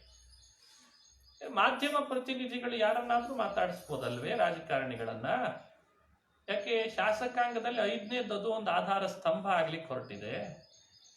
ಹಾಗೆ ವೇದ ಪುರುಷ ಒಂದ್ಸಲಿ ದೇವರನ್ನು ಕೇಳಿದ, ನಿನಗೆ ಯಾರ ಮೇಲೆ ಹೆಚ್ಚು ಪ್ರೀತಿ ಅಂತ. ನೋಡಿ, ಇದೊಂದು ಪ್ರಶ್ನೆಗೆ ತುಂಬಾ ಗಂಭೀರವಾಗಿ ಯೋಚಿಸ್ಬೇಕು ನಾವೆಲ್ಲ. ನಮ್ಮನ್ನು ಯಾರಾದ್ರೂ ಹೀಗೊಂದು ಪ್ರಶ್ನೆ ಮಾಡಿದ್ರೆ, ಸಪೋಸ್ ನಿಮಗೆ ಯಾರ ಮೇಲೆ ಹೆಚ್ಚು ಪ್ರೀತಿ, ಯಾರ ಮೇಲೆ ಅಂತಂದ್ರೆ ಕೂಡ್ಲೆ ಅದನ್ನೇ ಬರೀತಾರ ಅವ್ರು. ಓ ಹಾಗಾದ್ರೆ ಮಡದಿ ಮೇಲೆ ಅಂದ್ರೆ ಮಕ್ಕಳ ಮೇಲೆ ಇಲ್ಲ ಅಂತ ಅನಿಸ್ತದೆ. ಹಿಂಗೆ ಮಕ್ಕಳ ಮೇಲೆ ಪ್ರೀತಿ ಅಂದ್ರೆ ಮಡದಿ ಮೇಲೆ ಇಲ್ವೇನೋ, ಯಜಮಾನನ ಮೇಲೆ ಅಂದ್ರೆ ಮಡದಿ ಮೇಲೆ ಇಲ್ಲ. ಹೀಗೆ ಒಂದಲ್ಲ ಒಂದು ರೀತಿ ಕಾರಣ ಹುಡುಕ್ಲಿಕ್ಕೆ ಶುರು ಮಾಡ್ತಾರೆ. ಭಗವಂತನನ್ನು ಕೇಳ್ತು ವೇದ ಪುರುಷ, ದೇವರೇ ನಿನಗೆ ಯಾರ ಮೇಲೆ ಹೆಚ್ಚು ಪ್ರೀತಿ, ನೀ ಯಾರನ್ನ ಕಂಡ್ರೆ ಹೆಚ್ಚು ಪ್ರಸನ್ನನಾಗ್ತಿ? ಲಕ್ಷ್ಮಿ ಅಂತ ಅನ್ಲಿಲ್ಲ, ಮುಖ್ಯ ಪ್ರಾಣ ಅಂತ ಹೇಳಲಿಲ್ಲ, ಗರುಡ ಶೇಷ ಅಂತ ಮಾತನಾಡ್ಲಿಲ್ಲ, ಶಿವನನ್ ಕಂಡ್ರೆ ಪ್ರೀತಿ ಅಂತ ಅನ್ಲಿಲ್ಲ. ಮತ್ತೆ ಭಗವಂತ ಯಾರನ್ನಾದ್ರೂ ಕಂಡ್ರೆ ಪ್ರೀತಿ ಯಾರ ಮೇಲೆ ಅಂತ ಹೇಳಲೇಬೇಕೀಗ. ದೇವರು ಕೊಟ್ಟ ಅದ್ಭುತ ಮಾತೇನು ಅಂದ್ರೆ, ನನ್ನ ಗುಣವನ್ನ ಯಾರು ಚೆನ್ನಾಗಿ ಚಿಂತಿಸ್ತಾರೋ ಅವರನ್ನ ನಾನು ಪ್ರೀತಿಸ್ತೇನೆ ಅಂತ ಹೇಳಿದ್ನಂತೆ. ಅವರವ್ರದ್ದೇ ಆದಂತಹ ಶಕ್ತಿಗೆ ತಕ್ಕಂತೆ ಪ್ರೀತಿಸ್ಲಿ, ಅವರವ್ರ ತಕ್ಕಂತೆ ಮಾಡ್ತೇವೆ. ಹಾಗೆ ಲಕ್ಷ್ಮಿ ಹೆಚ್ಚು ಗುಣ ಚಿಂತಿಸ್ತಾಳೆ ಅಂದ್ರೆ ಅವಳನ್ನೂ ಹೆಚ್ಚು ಪ್ರೀತಿಸ್ತಾಳೆ. ಮುಖ್ಯ ಪ್ರಾಣ, ಬ್ರಹ್ಮ, ವಾಯು, ಗರುಡ, ಶೇಷ ಹೇಗೆ ನನ್ನ ಗುಣಚಿಂತನೆಯನ್ನು ಅವರು ಹೆಚ್ಚೆಚ್ಚು ಮಾಡ್ತಾರೋ ಹಾಗಾಗಿ ನಾನು ಅವರನ್ನೆಲ್ಲ ಪ್ರೀತಿಸ್ತೇನೆ. ಎಷ್ಟು ಅದ್ಭುತವಾದ ಮಾತು. ಅದಕ್ಕೆ ನತಾದೃಶಿ ಪ್ರೀತಿರೀಢ್ಯಸ್ಯ ವಿಷ್ಣೋ ಗುಣೋತ್ಕರ್ಷ ಜ್ಞಾತರಿಯಾದೃಶಿ ಸ್ಯಾತ್. ಹಾಗಾಗಿ ಪ್ರತಿಯೊಬ್ಬ ವ್ಯಕ್ತಿ ಭಗವಂತನ ಪ್ರೀತಿ ಪಾತ್ರನಾಗಲಿಕ್ಕೆ ಇದೊಂದೇ ಅದ್ಭುತವಾದ ಉಪಾಯ. ಕ್ಷಣ ಕ್ಷಣದಲ್ಲಿ ಅವನ ಗುಣಚಿಂತನೆ ಮಾಡುವಂತಾಗಬೇಕು. ಈ ರಹಸ್ಯವನ್ನ ಭಾಗವತ ನಮಗೆ ಅನುಸಂಧಾನ ಮಾಡಿಸ್ತದೆ. ಅದಕ್ಕೆ ಪ್ರಾರಂಭದಲ್ಲಿ ಭಗವಂತನ ಗುಣಗಳನ್ನ ವ್ಯಾಸರು ನಮಗೆಲ್ಲ ಮನದಟ್ಟು ಮಾಡಿಸ್ತಾರೆ. ಹ್ಯಾಕ್ ಚಿಂತಿಸ್ಬೇಕು, ನಮಗದೊಂದು ಪದ್ಧತಿ ಗೊತ್ತಿಲ್ಲ. ಅದಕ್ಕೆ ವ್ಯಾಸರು ಹೇಳಿಕೊಡ್ತಾರೆ, ಪ್ರತ್ಯಕ್ಷ ಸಿದ್ಧವಾದ ಈ ಪ್ರಪಂಚ ಏನಿದೆ, ಇದರ ಸೃಷ್ಟಿ, ಸ್ಥಿತಿ, ಲಯ, ನಿಯಮನ, ಜ್ಞಾನ, ಅಜ್ಞಾನ, ಬಂಧ, ಮೋಕ್ಷ ಇದು ಯಾರಿಂದ ಆಯಿತು? ಇದನ್ನು ಸ್ವಲ್ಪ ಯೋಚಿಸು, ಭಗವಂತ ಪ್ರೀತನಾಗ್ತಾನೆ ಅಂತ. ಪ್ರತ್ಯಕ್ಷ ಸಿದ್ಧವಾದ ಪ್ರಪಂಚ, ಇದನ್ನೇನು ಯಾರು ಹೇಳ್ಕೊಡ್ಬೇಕಾಗಿಲ್ಲ. ಇದನ್ನು ಸುಳ್ಳು ಅಂತ ತುಂಬಾ ಜನ ಒದರ್ತಾರೆ. ಅಲ್ಲ, ಪ್ರತ್ಯಕ್ಷ ಸಾಕ್ಷಿಯ ಅನುಭವಕ್ಕೆ ಬರ್ತಿರೋ ಇಂಥ ಪ್ರಪಂಚ ಇಷ್ಟು ವ್ಯವಸ್ಥಿತವಾಗಿ ದಿನನಿತ್ಯ ದೈನಂದಿನ ಬದುಕು ನಡ್ಕೊಂಡು ಹೋಗ್ತಾ ಇದೆ ಅಂದ್ರೆ ಇದ್ರ ಹಿಂದೆ ಒಬ್ಬನು ಇರಬೇಕಲ್ವೇ? ಹಾಗಾದ್ರೆ ಆ ಸೃಷ್ಟಿ ಮಾಡಿದ ವ್ಯಕ್ತಿತ್ವ, ಆ ಸೃಷ್ಟಿ ತಕ್ಕಂತೆ ಸ್ಥಿತಿ ಮಾಡುವ ಅವನ ವ್ಯಕ್ತಿತ್ವ, ಸಂಹಾರ, ಮೇಲಾಗಿ ಇಲ್ಲಿರುವ ಜೀವರಾಶಿಗಳಿಗೆ ಅವರವರಿಗೆ ಬೇಕಾದ ತಿಳುವಳಿಕೆ, ನಾಲೆಡ್ಜ್, ಅಜ್ಞಾನ, ಈ ಸಂಸಾರದಲ್ಲಿ ಬಂಧನ, ಈ ಬಂಧನದಿಂದ ಮತ್ತೆ ಮುಂದೆ ಮುಕ್ತಿ, ಇವನ್ನೆಲ್ಲ ಕೊಡುವಂಥ ಒಬ್ಬ ವ್ಯಕ್ತಿ ಇದ್ದಾನೆ ಅಂತ ಅನಿಸ್ತದಲ್ಲ. ಇವೆಲ್ಲ ಪರ್ಸನಾಲಿಟಿಗಳು ಒಂದೊಂದು, ಸೃಷ್ಟಿಕರ್ತೃತ್ವ, ಸಂಹಾರ ಕರ್ತೃತ್ವ, ಸ್ಥಿತಿ ಕರ್ತೃತ್ವ, ಮೋಕ್ಷ ಕರ್ತೃತ್ವ, ಜ್ಞಾನ ಅಜ್ಞಾನ ಕರ್ತೃತ್ವ, ಇದೇನು ಗುಣಗಳಿವೆ ಇದನ್ನು ಅನುಸಂಧಾನ ಮಾಡು. ಅವನೇ ಸತ್ಯಂ ಪರಂ ಧೀಮಹಿ. ಅವನನ್ನು ಧ್ಯಾನ ಮಾಡು, ಅಭ್ಯಾಸ ಮಾಡ್ಕೋ. ಜನ್ಮಾದ್ಯಸ್ಯ ಯತಃ ಅನ್ವಯಾತ್. ಅಲ್ಲ, ಅವನೇ ಸೃಷ್ಟಿ ಮಾಡ್ತಾನೆ ಅಂತ ನಮಗೆ ತಿಳಿಯಲ್ಲ. ಯಾಕಂದ್ರೆ ಪ್ರಪಂಚ ಕಾಣಿಸ್ತದೆ, ಭಗವಂತ ಕಾಣಲ್ಲ ಕಣ್ಣಿಗೆ. ಹ್ಯಾಕ್ ತಿಳಿಬೇಕು? ಕಾಣೋದನ್ನ ನೋಡಿ ಕಾಣದೇ ಇರೋದನ್ನ ತಿಳಿಲಿಕ್ಕೆ ಬರ್ತದಂತೆ. ದಿನ ಅದನ್ನ ಅನುಭವದಲ್ಲಿ ತಂದುಕೊಂಡಿದ್ದೀವಿ ನಿಜವಾಗ್ಲೂ. ನಾವು ಎಷ್ಟೋ ಸಂದರ್ಭದೊಳಗೆ ಯಾವುದು ಕಾಣ್ತಿರ್ತದೋ ಅದಕ್ಕೆ ಸಂಬಂಧಪಟ್ಟವರನ್ನು ಕೂಡ ನಾವು ಕಾಣದಿದ್ರು ನಾವು ಅವರಲ್ಲಿದ್ದಾರೆ ಅಂತ ಊಹಿಸ್ತೇವೋ ಇಲ್ಲ. ಹಾಗೆ ಲೋಕದೊಳಗೆ ಯಾವುದು ಕಾರ್ಯ ಕಾಣ್ತಾ ಇದೆ ಅದನ್ನು ನೋಡಿ ಅದಕ್ಕೊಂದು ಕಾರಣ ಇರಬೇಕು ಅಂತ ಊಹಿಸ್ಕೊಳ್ಳೋದೇನು ಕಷ್ಟ ಅಲ್ಲ. ಮಾಡಿಲ್ಲ ಅಷ್ಟೇ ಕೆಲಸ, ಉಳಿದ ಕಡೆ ಎಲ್ಲ ಮಾಡ್ತೇವೆ ಕಟಿಪಿಟಿ. ಬುದ್ಧಿ ಇದೆ ಅಂದ್ಮೇಲೆ ಇದಕ್ಕೊಬ್ಬ ಪ್ರೇರಕ ಇರಬೇಕು ಅಂತ ಅನಿಸಲ್ವೇ? ಹಾಗೆ ಜ್ಞಾನ ಬರ್ತಿದೆ ಅಂತಂದ್ರೆ ಇದರ ಹಿನ್ನೆಲೆಯಲ್ಲಿ ಯಾರೋ ಒಬ್ರು ಪ್ರೇರಣೆ ಮಾಡ್ತಿರ್ಬೇಕು ಅಂತ ಅನಿಸಲ್ವೇ? ಎಂಥ ಆಶ್ಚರ್ಯ ನೋಡಿ. ಅನಿಸಲ್ಲ ಅಂದ್ರೆ ಆಶ್ಚರ್ಯ ಅಂತ ಅರ್ಥ. ಹಾಗಾಗಿ ಇಷ್ಟು ಅಪಾರವಾದಂತಹ ಪ್ರತಿಯೊಂದು ವಸ್ತುಗಳನ್ನು ನೋಡ್ತೇವೆ, ಅದರದ್ದೇ ಆದ ಸ್ವಭಾವ ಗುಣಧರ್ಮಗಳನ್ನು ನೋಡ್ತೇವೆ. ಇದ್ರ ಹಿಂದೆ ಮನುಷ್ಯರ ಪ್ರಯತ್ನ ಅಂತೂ ಅಲ್ಲ, ಯಾರೋ ಒಬ್ರು ಇರಬೇಕು ಅಂತ ಅನಿಸಲ್ವೇ? ಅನಿಸಲ್ಲ ಅಂತ ಅಂದ್ರೆ ಸರಿ, ಅದಕ್ಕೆ ತಕ್ಕಂತೆ ಶಾಸ್ತ್ರಗಳೆಲ್ಲ ಅದ್ರ ಸಲುವಾಗಿ ಹೊರಟುವಂತೆ. ನಿನಗೆ ಯಾವ್ದು ಅನಿಸಲ್ಲ, ಯಾಕೆ ಅನಿಸಲ್ಲ, ನಾ ಹುಡುಕಿ ಕೊಡ್ತೇನೆ ಅಂತದಂತೆ ಶಾಸ್ತ್ರ. ಅದಕ್ಕೆ ಅನ್ವಯಾತ್ ಅಂತ. ಅನ್ವಯಾತ್ ಅಂದ್ರೆ ಶಬ್ದ ಪ್ರಪಂಚ, ಇಡೀ ಶಬ್ದ ಪ್ರಪಂಚ ಅವೆಲ್ಲವೂ ಪರಮಾತ್ಮನನ್ನು ಹೇಳ್ತದೆ. ನೀನು ಶಬ್ದ ಪ್ರಪಂಚ ಬಿಟ್ಟಂತೂ ಇಲ್ವೇ? ಯಾರಾದ್ರೂ ಶಬ್ದ ಪ್ರಪಂಚ ಬಿಟ್ಟಿರೋರನ್ನು ತೋರಿಸ್ರಿ ನೋಡೋಣಲ್ಲ ಜಗತ್ತಿನೊಳಗೆ. ಶಬ್ದ ಅನ್ನೋ ಒಂದು ಕಮ್ಯುನಿಕೇಶನ್ ಅನ್ನ ಉಪಯೋಗಿಸದೇ ಇರೋ ವ್ಯಕ್ತಿಗಳು ಯಾರು? ಕಿವುಡು ಇದ್ದಾನೆ ಅಂತಂದ್ರು ಬಾಯಲ್ಲಿ ಶಬ್ದ ಉಪಯೋಗಿಸ್ತಾನೆ, ಮೂಕ ಇದ್ದಾನೆ ಅಂತಂದ್ರೂ ಕೂಡ ಕಿವಿಯಿಂದ ಶಬ್ದ ಕೇಳ್ತಾನೆ. ಅಂತೂ ಕಮ್ಯುನಿಕೇಶನ್ ಬೇಕೇ ಬೇಕು. ಹಾಗಾಗಿ ಶಬ್ದ ಪ್ರಪಂಚವನ್ನ ಅಗಲಿ ಇರೋನ್ ಯಾರೂ ಇಲ್ಲ. ಅದಕ್ಕೆ ಶಾಸ್ತ್ರ ಹೇಳ್ತದೆ, ನೀನು ಯಾವುದನ್ನ ಬಳಸಿ ನಿನ್ನ ಇಡೀ ದೈನಂದಿನ ವ್ಯವಹಾರವನ್ನು ಮಾಡ್ತಿದ್ದಿ, ಆ ಬಳಸುವ ಪ್ರತಿ ಶಬ್ದಗಳೇ ಆಕ್ಚುಲಿ ಅದು ಭಗವಂತನನ್ನು ಕಮ್ಯುನಿಕೇಟ್ ಮಾಡ್ಲಿಕ್ಕಿದೆ, ನೀನ್ ಮರ್ತಿದ್ದಿ ಅಂತ ಹೇಳ್ತದೆ. ಇದು ಅನ್ವಯಾತ್ ಅಂತ. ಅನ್ವಯಾತ್. ಕೊಟ್ಟಿದ್ದಾರೆ ಮೊಬೈಲು ಅಂತ ಯಾವುದಕ್ಕೂ ಉಪಯೋಗಿಸ್ತೇವೆ ನಾವು. ಯಾರನ್ನು ಕಾಂಟ್ಯಾಕ್ಟ್ ಮಾಡಬೇಕೋ ಇಲ್ಲ, ರಾಂಗ್ ನಂಬರೇ ಜಾಸ್ತಿ ಮಾಡಿರ್ತೇವೆ. ಹಾಗೆ ಭಗವಂತ ತನ್ನನ್ನ ಕಮ್ಯುನಿಕೇಟ್ ಮಾಡ್ಕೊಳ್ಳಿ, ಮಾತಾಡಿಸ್ಲಿ ಅಂತ ತುಂಬಾ ನಿರೀಕ್ಷೆ ಮಾಡಿ ಶಬ್ದ ಪ್ರಪಂಚವನ್ನು ಜಗತ್ತಿಗೆ ಕೊಟ್ಟನಂತೆ. ಆದ್ರೆ ನಾವು ಅವನ್ ಕೊಟ್ಟ ಅಂತ ಅವನ ಕಡೆಗೆ ದೃಷ್ಟಿ ಹಾಕ್ತಿಲ್ಲ ಅಂತಾರೆ ವೇದವ್ಯಾಸ. ಅದಕ್ಕೆ ಅನ್ವಯಾತ್. ಓಂ ತತ್ತು ಸಮನ್ವಯಾತ್. ನೀನು ಕೇಳುವ, ನೀನು ಆಡುವ ಪ್ರತಿ ಶಬ್ದ, ಹಲ್ಲಿ ಲೊಚ್ಚುಗುಟ್ಟುವ, ಸಮುದ್ರ ಬೋರ್ಗರೆಯುವ, ನದಿ ಹರಿಯುವ, ಅಲ್ಲಲ್ಲಿ ನಗಾರಿಗಳಲ್ಲಿ ಬರುವ ಶಬ್ದ, ಧ್ವನ್ಯಾತ್ಮಕ, ವರ್ಣಾತ್ಮಕ, ವೇದಗಳಲ್ಲಿರುವ ಶಬ್ದ, ಪುರಾಣಗಳಲ್ಲಿರುವ ಶಬ್ದ ಎಲ್ಲವೂ ನನ್ನನ್ನೇ ಹೇಳ್ತದೋ, ಅರ್ಥಾತ್ ನನ್ನ ಕಮ್ಯುನಿಕೇಟ್ ಮಾಡ್ಲಿಕ್ಕಿದ್ದಾವೆ. ನಿನ್ನ ಕೈಯಲ್ಲಿ ಇನ್ಸ್ಟ್ರೂಮೆಂಟ್ ಕೊಟ್ಟಿದ್ದೇನೆ, ನನ್ನ ಜೊತೆ ನೀನು ಯಾವಾಗ ಬೇಕಾದ್ರೂ ಕಾಂಟ್ಯಾಕ್ಟ್ ಮಾಡ್ಬೋದು. ನಾವು ಮಾಡ್ತಾ ಇಲ್ಲ, ಇದು ದುರಂತ. ಹಾಗಾಗಿ ಶಾಸ್ತ್ರಗಳೆಲ್ಲ ಅದು ದೇವರನ್ನು ಕಮ್ಯುನಿಕೇಟ್ ಮಾಡ್ಲಿಕ್ಕಿರುವಂತಹ ಬಹಳ ದೊಡ್ಡ ಮಾಧ್ಯಮಗಳು. ಅವುಗಳನ್ನು ನಾವು ಅನುಸರಣೆ ಮಾಡೋಣದ್ರಿಂದ ಅವಶ್ಯವಾಗಿ ಪರಮಾತ್ಮ ಒಂದಲ್ಲ ಒಂದು ಹಂತದಲ್ಲಿ ನಮ್ಮ ಜೊತೆಯಲ್ಲಿ ಕಾಂಟ್ಯಾಕ್ಟಿಗೆ ಬಂದೇ ಬರ್ತಾನಂತ. ಸರ್ಚ್ ಮಾಡಿಲ್ಲ ಅಷ್ಟೇ. ಗೂಗಲ್ ಅಲ್ಲಿ ಸರ್ಚ್ ಮಾಡ್ದೇನೆ ತಾನಾಗೆ ನನ್ನ ಮನಸ್ಸಿನೊಳಗಿದ್ದದ್ದು ಸಿಗಲಿ ಅಂದ್ರೆ ಹ್ಯಾಕ್ ಸಿಗ್ತದಪ್ಪ? ಅರೆ, ಮನುಷ್ಯ ಸೃಷ್ಟಿ ಮಾಡಿದ ಒಂದು ಪ್ರಪಂಚವೇ ಇಷ್ಟೆಲ್ಲ ಜಗತ್ತಿನೊಳಗೆ ಅಲ್ಲಲ್ಲಿ ಇರೋದನ್ನ ನಮಗೆ ಸರ್ಚ್ ಮಾಡಿ ತೋರಿಸ್ತದೆ ಅಂದ್ರೆ, ಇನ್ನು ಸಾಕ್ಷಾತ್ ಶ್ರೀಹರಿ ಜಗತ್ತಿಗೆ ಕೊಟ್ಟಂತ ಬ್ರಹ್ಮಸೂತ್ರ, ವೇದ, ಉಪನಿಷತ್ತು, ಪುರಾಣಗಳು ಅನ್ನುವ ಗೂಗಲ್ಲು ಸರ್ಚ್ ಮಾಡಿದ್ರೆ ದೇವರನ್ನ ತೋರಿಸದೇ ಇರ್ತದಾ? ಇದು ರಹಸ್ಯ. ಅದಕ್ಕೆ ತತ್ತು ಸಮನ್ವಯ. ಅವುಗಳ ಆಧಾರದೊಳಗೆ ಹುಡುಕಿ ನೋಡು, ನಾ ಸೃಷ್ಟಿಕರ್ತ, ನಾ ಸಂಹಾರಕರ್ತ, ನಾ ಜ್ಞಾನಕರ್ತ, ನಾ ಅಜ್ಞಾನಕರ್ತ ಅನ್ನೋದು ಹೇಗೆ ಮನದಟ್ಟು ಮಾಡಿಸ್ತದೆ. ಅನ್ವಯಾತ್ ಇತರತಶ್ಚ ಅರ್ಥೇಶು ಅಭಿಜ್ಞಸ್ವರಾಟ್. ಇತರತಃ ಅನ್ವಯಾತ್ ಅರ್ಥೇಶು ಅಭಿಜ್ಞಸ್ವರಾಟ್.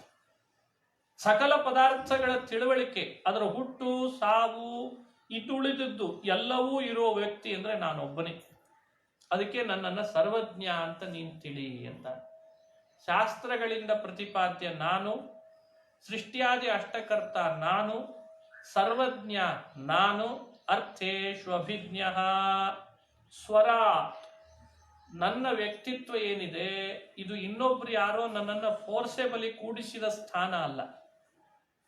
ಮತ್ತೇನಿದು? ಸ್ವರಾಟ್, ಸ್ವತಂತ್ರವಾಗಿದ್ದೇನೆ, ಎಲ್ಲವನ್ನು ಆಳ್ತೇನೆ.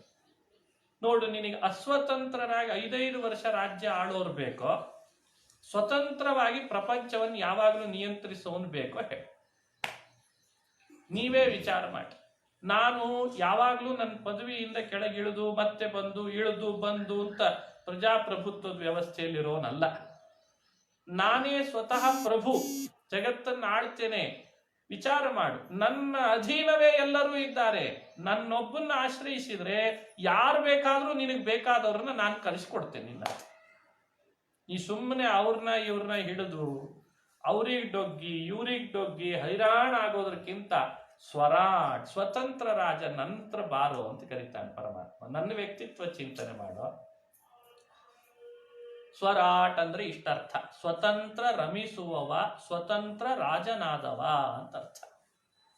ಯಾವಾಗಲೂ ಅಷ್ಟೇ, ಇಂಡಿಪೆಂಡೆನ್ಸಿಯನ್ನು ಯಾರು ಇಷ್ಟಪಡಲ್ಲ ಹೇಳ್ರಿ ನೋಡೋಣ. ಏನ್ ದೊಡ್ಡ ದೊಡ್ಡ ಹೋರಾಟನೇ ಮಾಡಿಬಿಟ್ಟಿದ್ದಾರೆ ಮಹಾನುಭಾವರೆಲ್ಲ ಹಿಂದೆ. ಅಂದ್ರೆ ಇಂಡಿಪೆಂಡೆನ್ಸಿ ಅಂದ್ರೂ ಏನ್ ಬಂದಿಲ್ಲ ಇನ್ನೂ ಪೂರ್ಣ, ಬಂದೇವೇನೋ ಭ್ರಮೆಯಲ್ಲೇ ಇಷ್ಟು ಖುಷಿ ಇದೆ. ಸಣ್ಣ ಉದಾಹರಣೆ. ಹಾಗಾದ್ರೆ ಇದನ್ನ ಸದಾ ತನ್ನಿಂದ ಬೇರ್ಪಡಿಸ್ಲಿಕ್ಕಾಗದೆ ಸ್ವಾತಂತ್ರ್ಯವನ್ನ ತನ್ನಲ್ಲಿರುವ ಶ್ರೀಹರಿ ಅಂದ್ರೆ ಎಂಥ ವ್ಯಕ್ತಿತ್ವ ಇರಬೇಕು. ಒಂದು ದೇಶ ಒಂದಿಷ್ಟು ಪ್ರಜೆಗಳನ್ನ ಬೇರೆ ದೇಶದ ಪ್ರಜೆಗಳು ಆಕ್ರಮಿಸಿ ಅವರನ್ನ ಬಂಧನದಲ್ಲಿ ಇಡ್ತಾರೆ ಅಂದ್ರೆ ಎಷ್ಟು ಸಂಕಟ ಆಗ್ತದೆ. ಅವ್ರು ಬಿಟ್ಟೋದ್ರು ಅಂತಂದ್ರೆ ಭಾರಿ ಖುಷಿ ಆಗ್ತದೆ. ನೋಡಿದ್ರೆ ನಾವು ನಮ್ಮ ಸ್ವತಂತ್ರ ಭಾರತದ ಪ್ರಜೆ ಅಂತ ಹೆಮ್ಮೆಯಿಂದ ಹೇಳ್ಕೊಳ್ತೇವೆ. ಸದಾ ತನ್ನಿಂದ ಸ್ವಾತಂತ್ರ್ಯವನ್ನ ಬೇರ್ಪಡಿಸ್ಲಿಕ್ಕೆ ಆಗದೆ ತಾನೇ ಸ್ವತಂತ್ರನಾಗಿದ್ರೆ ಅವನ ವ್ಯಕ್ತಿತ್ವ ಹೇಗಿರ್ಬೇಡ, ಸ್ವಲ್ಪ ಕಲ್ಪನೆ ಮಾಡ್ಕೊಳ್ರಿ. ಅರ್ಥೇಶು ಅಭಿಜ್ಞಸ್ವರಾಟ್ ತೇನೆ ಬ್ರಹ್ಮ ಹೃದಯಾದಿ ಕವಯೇ. ಬ್ರಹ್ಮ ಅಂದ್ರೆ ವೇದಗಳು ಅಂತ ಅರ್ಥ. ಗುಣಪೂರ್ಣನನ್ನ ಪ್ರತಿಪಾದಿಸುವ ವೇದಗಳಿಗೆ ಬ್ರಹ್ಮ ಅಂತ ಹೆಸರು. ಹೃದಯ ಆದಿ ಕವಯೇ ತೇನೆ. ಯತಃ ಯಾವ ಪರಮಾತ್ಮ ಬಹಳ ಅಂತಃಕರಣದಿಂದ ಚತುರ್ಮುಖನನ್ನು ಕರೆಸಿ ನಿನಗೆ ಎಲ್ಲ ವೇದಗಳನ್ನು ಉಪದೇಶ ಮಾಡ್ತೇನೆ ಅಂತ ಉಪದೇಶ ಮಾಡಿದ್ನಂತ.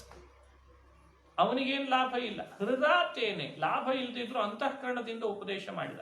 ಯಾಕೆಂದ್ರೆ ನೀನ್ ಮುಂದಿನ ಪೀಳಿಗೆಗೆ ವೇದಗಳನ್ನು ಕೊಡ್ತಾ ಬಾ, ಆ ವೇದಗಳನ್ನು ಅಧ್ಯಯನ ಮಾಡ್ಲಿ ಅಥವಾ ವೇದಾರ್ಥ ಚಿಂತನೆ ಮಾಡ್ಲಿ, ನನ್ನನ್ನ ಕಾಣ್ಲಿಕ್ಕೆ ಈ ಮಾಧ್ಯಮವನ್ನು ಬೆಳೆಸುವಂತ ಕೊಟ್ಟನಂತೆ ಭಗವಂತ.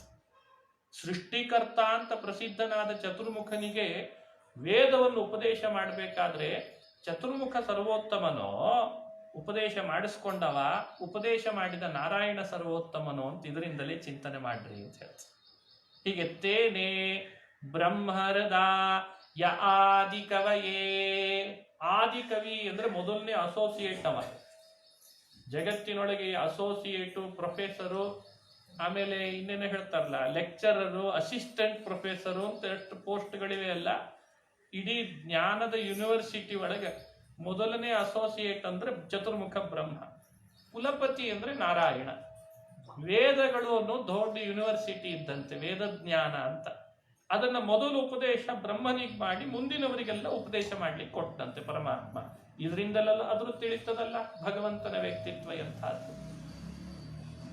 ಇನ್ನು ಮಣ್ಣು, ನೀರು, ಬೆಂಕಿಯನ್ನ ಮಿಶ್ರಣಗೊಳಿಸಿ ಈ ಪ್ರಪಂಚವನ್ನೆಲ್ಲ ಸೃಷ್ಟಿ ಮಾಡ್ತಾನಂತೆ. ಅವನಿಗೆ ಲಾಭ ಇಲ್ಲ. ಅರ್ಥೇಶು ಅಭಿಜ್ಞ ಸ್ವರಾಟ್ ತೇನೆ ಬ್ರಹ್ಮ ಹೃದಯ ಯಾದಿ ಕವಯೇ. ಅಷ್ಟೇ ಹೇಳ್ದೇನೆ ಭಾಗವತ ಹೇಳ್ತದೆ, ಯತ್ರ ತ್ರಿಸರ್ಗ ಮೃಷ ಅಥವಾ ಅಮೃಷ ಅಂತಂತಾರೆ. ಈ ಮೂರು ವಿಧವಾದ ಸೃಷ್ಟಿ ದೇವರು ನಡೆಸಿದ.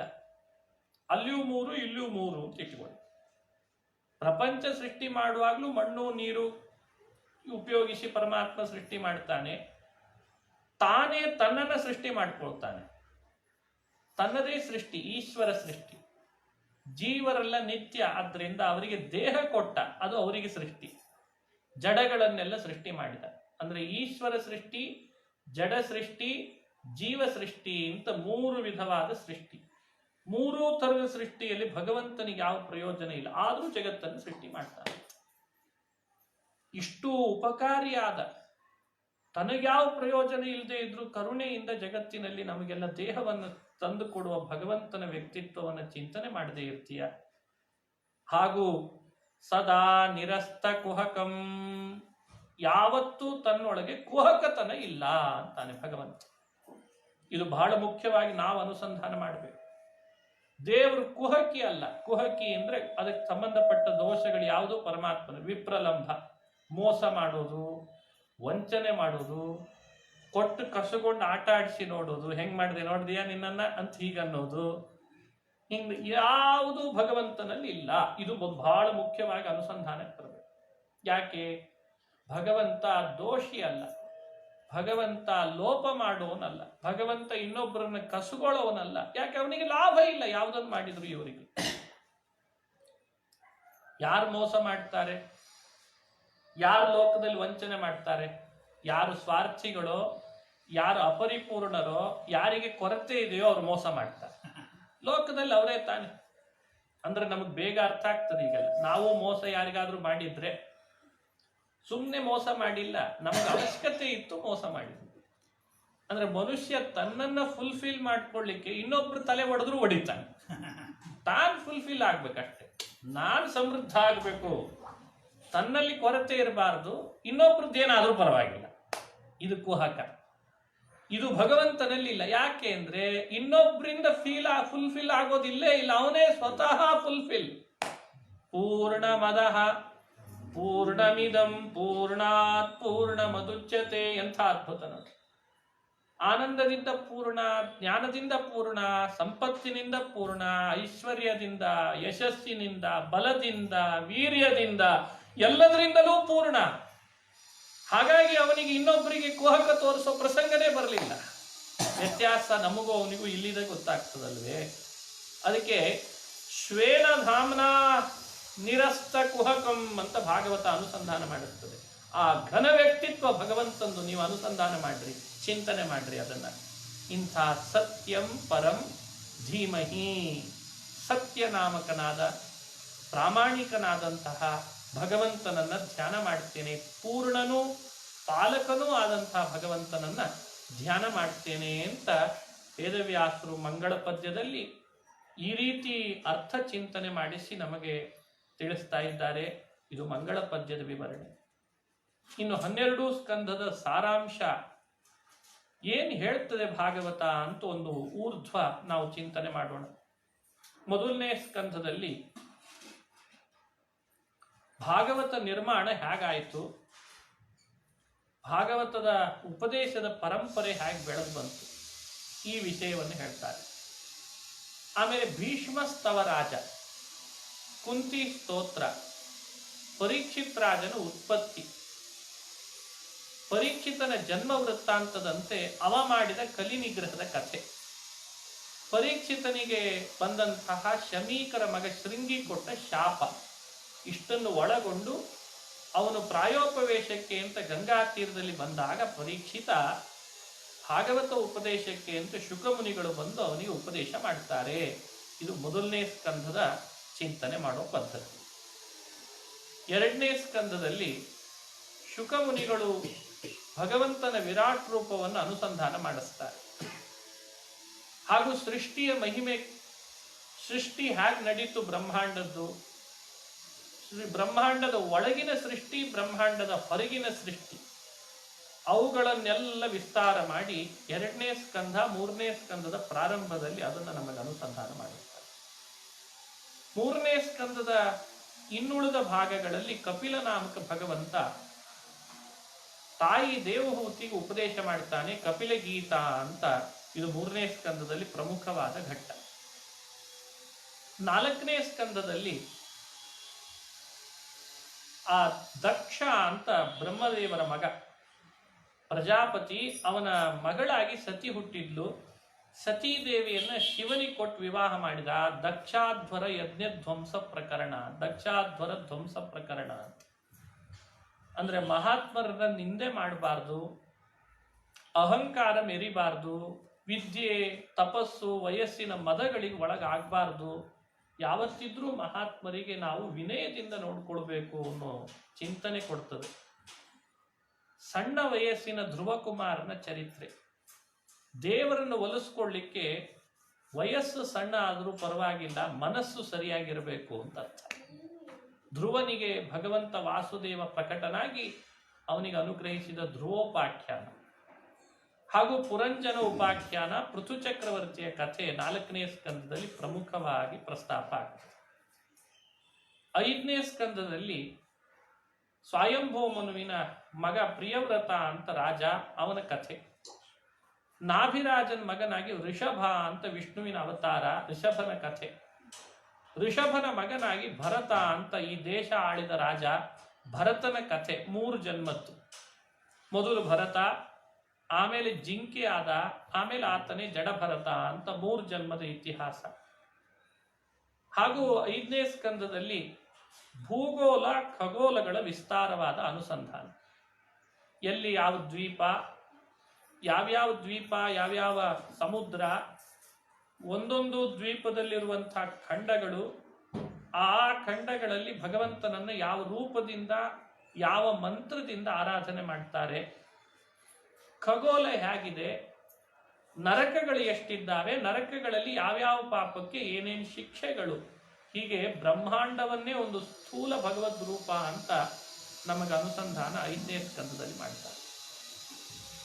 6ನೇ ಸ್ಕಂದದಲ್ಲಿ ಪಾಪ ಮಾಡಿದವರೆಲ್ಲ ನರಕಕ್ಕೆ ಹೋಗಲೇಬೇಕಾ, ಅಥವಾ ನರಕದಿಂದ ಪಾರಾಗ್ಲಿಕ್ಕೆ ಏನಾದರೂ ಉಪಾಯ ಇದೆನಾ ಅನ್ನೋ ಜಿಜ್ಞಾಸೆ ಪ್ರಾರಂಭ. ಹರಿನಾಮ ಸ್ಮರಣೆ, ಹರಿ ನಮಸ್ಕಾರ, ಹರಿಕಥಾ ಶ್ರವಣವೇ ನರಕದಿಂದ ಪಾರಾಗ್ಲಿಕ್ಕಿರುವ ಉಪಾಯ ಅಂತ ಅಜಾಮಿಳ ಅನ್ನೋ ಉಪಾಖ್ಯಾನವನ್ನು ತಿಳಿಸ್ತಾರೆ. ಆಮೇಲೆ ಶಬಲಾಶ್ವ ಹರಿಯೇಶ್ವರು ಅಂತ ದಕ್ಷನ ಮಕ್ಕಳು ನಾರದರು ಮಾಡಿದ ಆಧ್ಯಾತ್ಮಿಕ ಪ್ರಶ್ನೆಗಳಿಂದ ಅವರೆಲ್ಲ ಸನ್ಮಾರ್ಗಕ್ಕೆ ಬಂದ್ರಂತೆ. ನೋಡಿ, ಆ ಕಾಲದಲ್ಲಿಯೂ ಈ ಕರೋಡ್ಪತಿ ಪ್ರಶ್ನೆಗಳಿರ್ತವಂತೆ. ಕ್ವಶನ್ ಆನ್ಸರ್ ಮೂಲಕ ಸಮಾಜದ ತಿದ್ದುಪಡಿಯ ಒಂದು ಪ್ರಯತ್ನ ನಡೆದಿದೆ. ಇದು ನಾರದರು ಮಾಡಿದ ಆಧ್ಯಾತ್ಮಿಕ ಪ್ರಶ್ನೆ. ಹಾಗೂ ಆ 6ನೇ ಸ್ಕಂದದೊಳಗೆ ಗುರುಬಲದಿಂದ ವಂಚಿತರಾದರೆ ಬಹಳ ಆಪತ್ತು ಬರ್ತದೆ ಎನ್ಲಿಕ್ಕೆ ಇಂದ್ರನ ಕಥೆಯನ್ನು ಹೇಳ್ತಾರೆ. ಗುರುಬಲ ಬಹಳ ಮಹತ್ವರವಾದದ್ದು ಅಂತ ತೋರಿಸ್ಲಿಕ್ಕೆ ನಾರಾಯಣ ವರ್ಮ ಅಂತ ಒಂದು ಅದ್ಭುತವಾದ ಸ್ತೋತ್ರ ಭಾಗವತದ 6ನೇ ಸ್ಕಂದದಲ್ಲಿ ಬಹಳ ಪ್ರಸಿದ್ಧ. ಇದು 6ನೇ ಸ್ಕಂದದಲ್ಲಿ ಬರ್ತದೆ. ನಾರಾಯಣ ವರ್ಮದ ಶಕ್ತಿ, ಅದರ ಪ್ರಭಾವ, ವಜ್ರಾಯುಧ ನಿರ್ಮಿಸಿ ವೃತ್ರನಂಥ ಅಸುರನ ಸಂಹಾರ ಮಾಡಲಿಕ್ಕೆ ನಾರಾಯಣ ವರ್ಮ ಕಾರಣ ಆಯ್ತಂತ. ಈ ನಾರಾಯಣ ವರ್ಮದ ಮಹಿಮೆಯನ್ನ 6ನೇ ಸ್ಕಂದ ಪ್ರಸ್ತಾಪ ಮಾಡ್ತಾರೆ. ಹಾಗಾಗಿ ನಾರಾಯಣ ವರ್ಮ, ಗುರುಬಲ ಎರಡೂ ಬಹಳ ಮಹತ್ತರವಾದದ್ದು. 7ನೇ ಸ್ಕಂದದಲ್ಲಿ ಹರಿಭಕ್ತನಾದ ಪ್ರಹ್ಲಾದನ ಚರಿತ್ರೆ. ಭಕ್ತರು ಹೇಗಿರಬೇಕು, 100% ಬೇರೆ, 80% ಬೇರೆ, 50 ಬೇರೆ, ಇನ್ನು 20-10 ಎಲ್ಲ ಈಗ ಆಲ್ರೆಡಿ ಇರ್ತೇವೆ ನಾವೆಲ್ಲ. ಹಾಗಾಗಿ 100% ಅಂತ ಇಟ್ಟುಕೊಂಡ್ರೆ ಅದಕ್ಕೆ ಪ್ರಹ್ಲಾದನನ್ನ ಆದರ್ಶವನ್ನಾಗಿ ಕೊಡ್ತದೆ ಭಾಗವತ. ಭಾಗವತ ಬಹಳ ದೊಡ್ಡ ಸಾಗರ. ಈ ಸಾಗರದಲ್ಲಿ ತುಂಬ ಜನ ವಿದ್ವಾಂಸರು ತಿಮಿಂಗಿಲಗಳಾಗಿದ್ದಾರೆ, ಕೆಲವರು ಮೀನಾಗಿದ್ದಾರೆ, ಕೆಲವರು ಮೀನು ಆಗಿಲ್ಲ, ನೀರಿನ ದಡದಲ್ಲಿ ಅಡ್ಡಾಡುವ ಈ ಸಣ್ಣ ಸಣ್ಣ ಪ್ರಾಣಿಗಳು ಆಗಿದ್ದಾವೆ, ಜೇಡ ಗಿಡ ಇರ್ತಾವಲ್ಲ, ಗೊದ್ದಾಗಿದ್ದ ಅಂತೂ ಆಗಿದ್ದಾರೆ. ಅದರಲ್ಲಿ ಭಾಗವತ ಸಾಗರದ ಬಹಳ ದೊಡ್ಡ ತಿಮಿಂಗಿಲ ಅಂದ್ರೆ ಪ್ರಹ್ಲಾದ.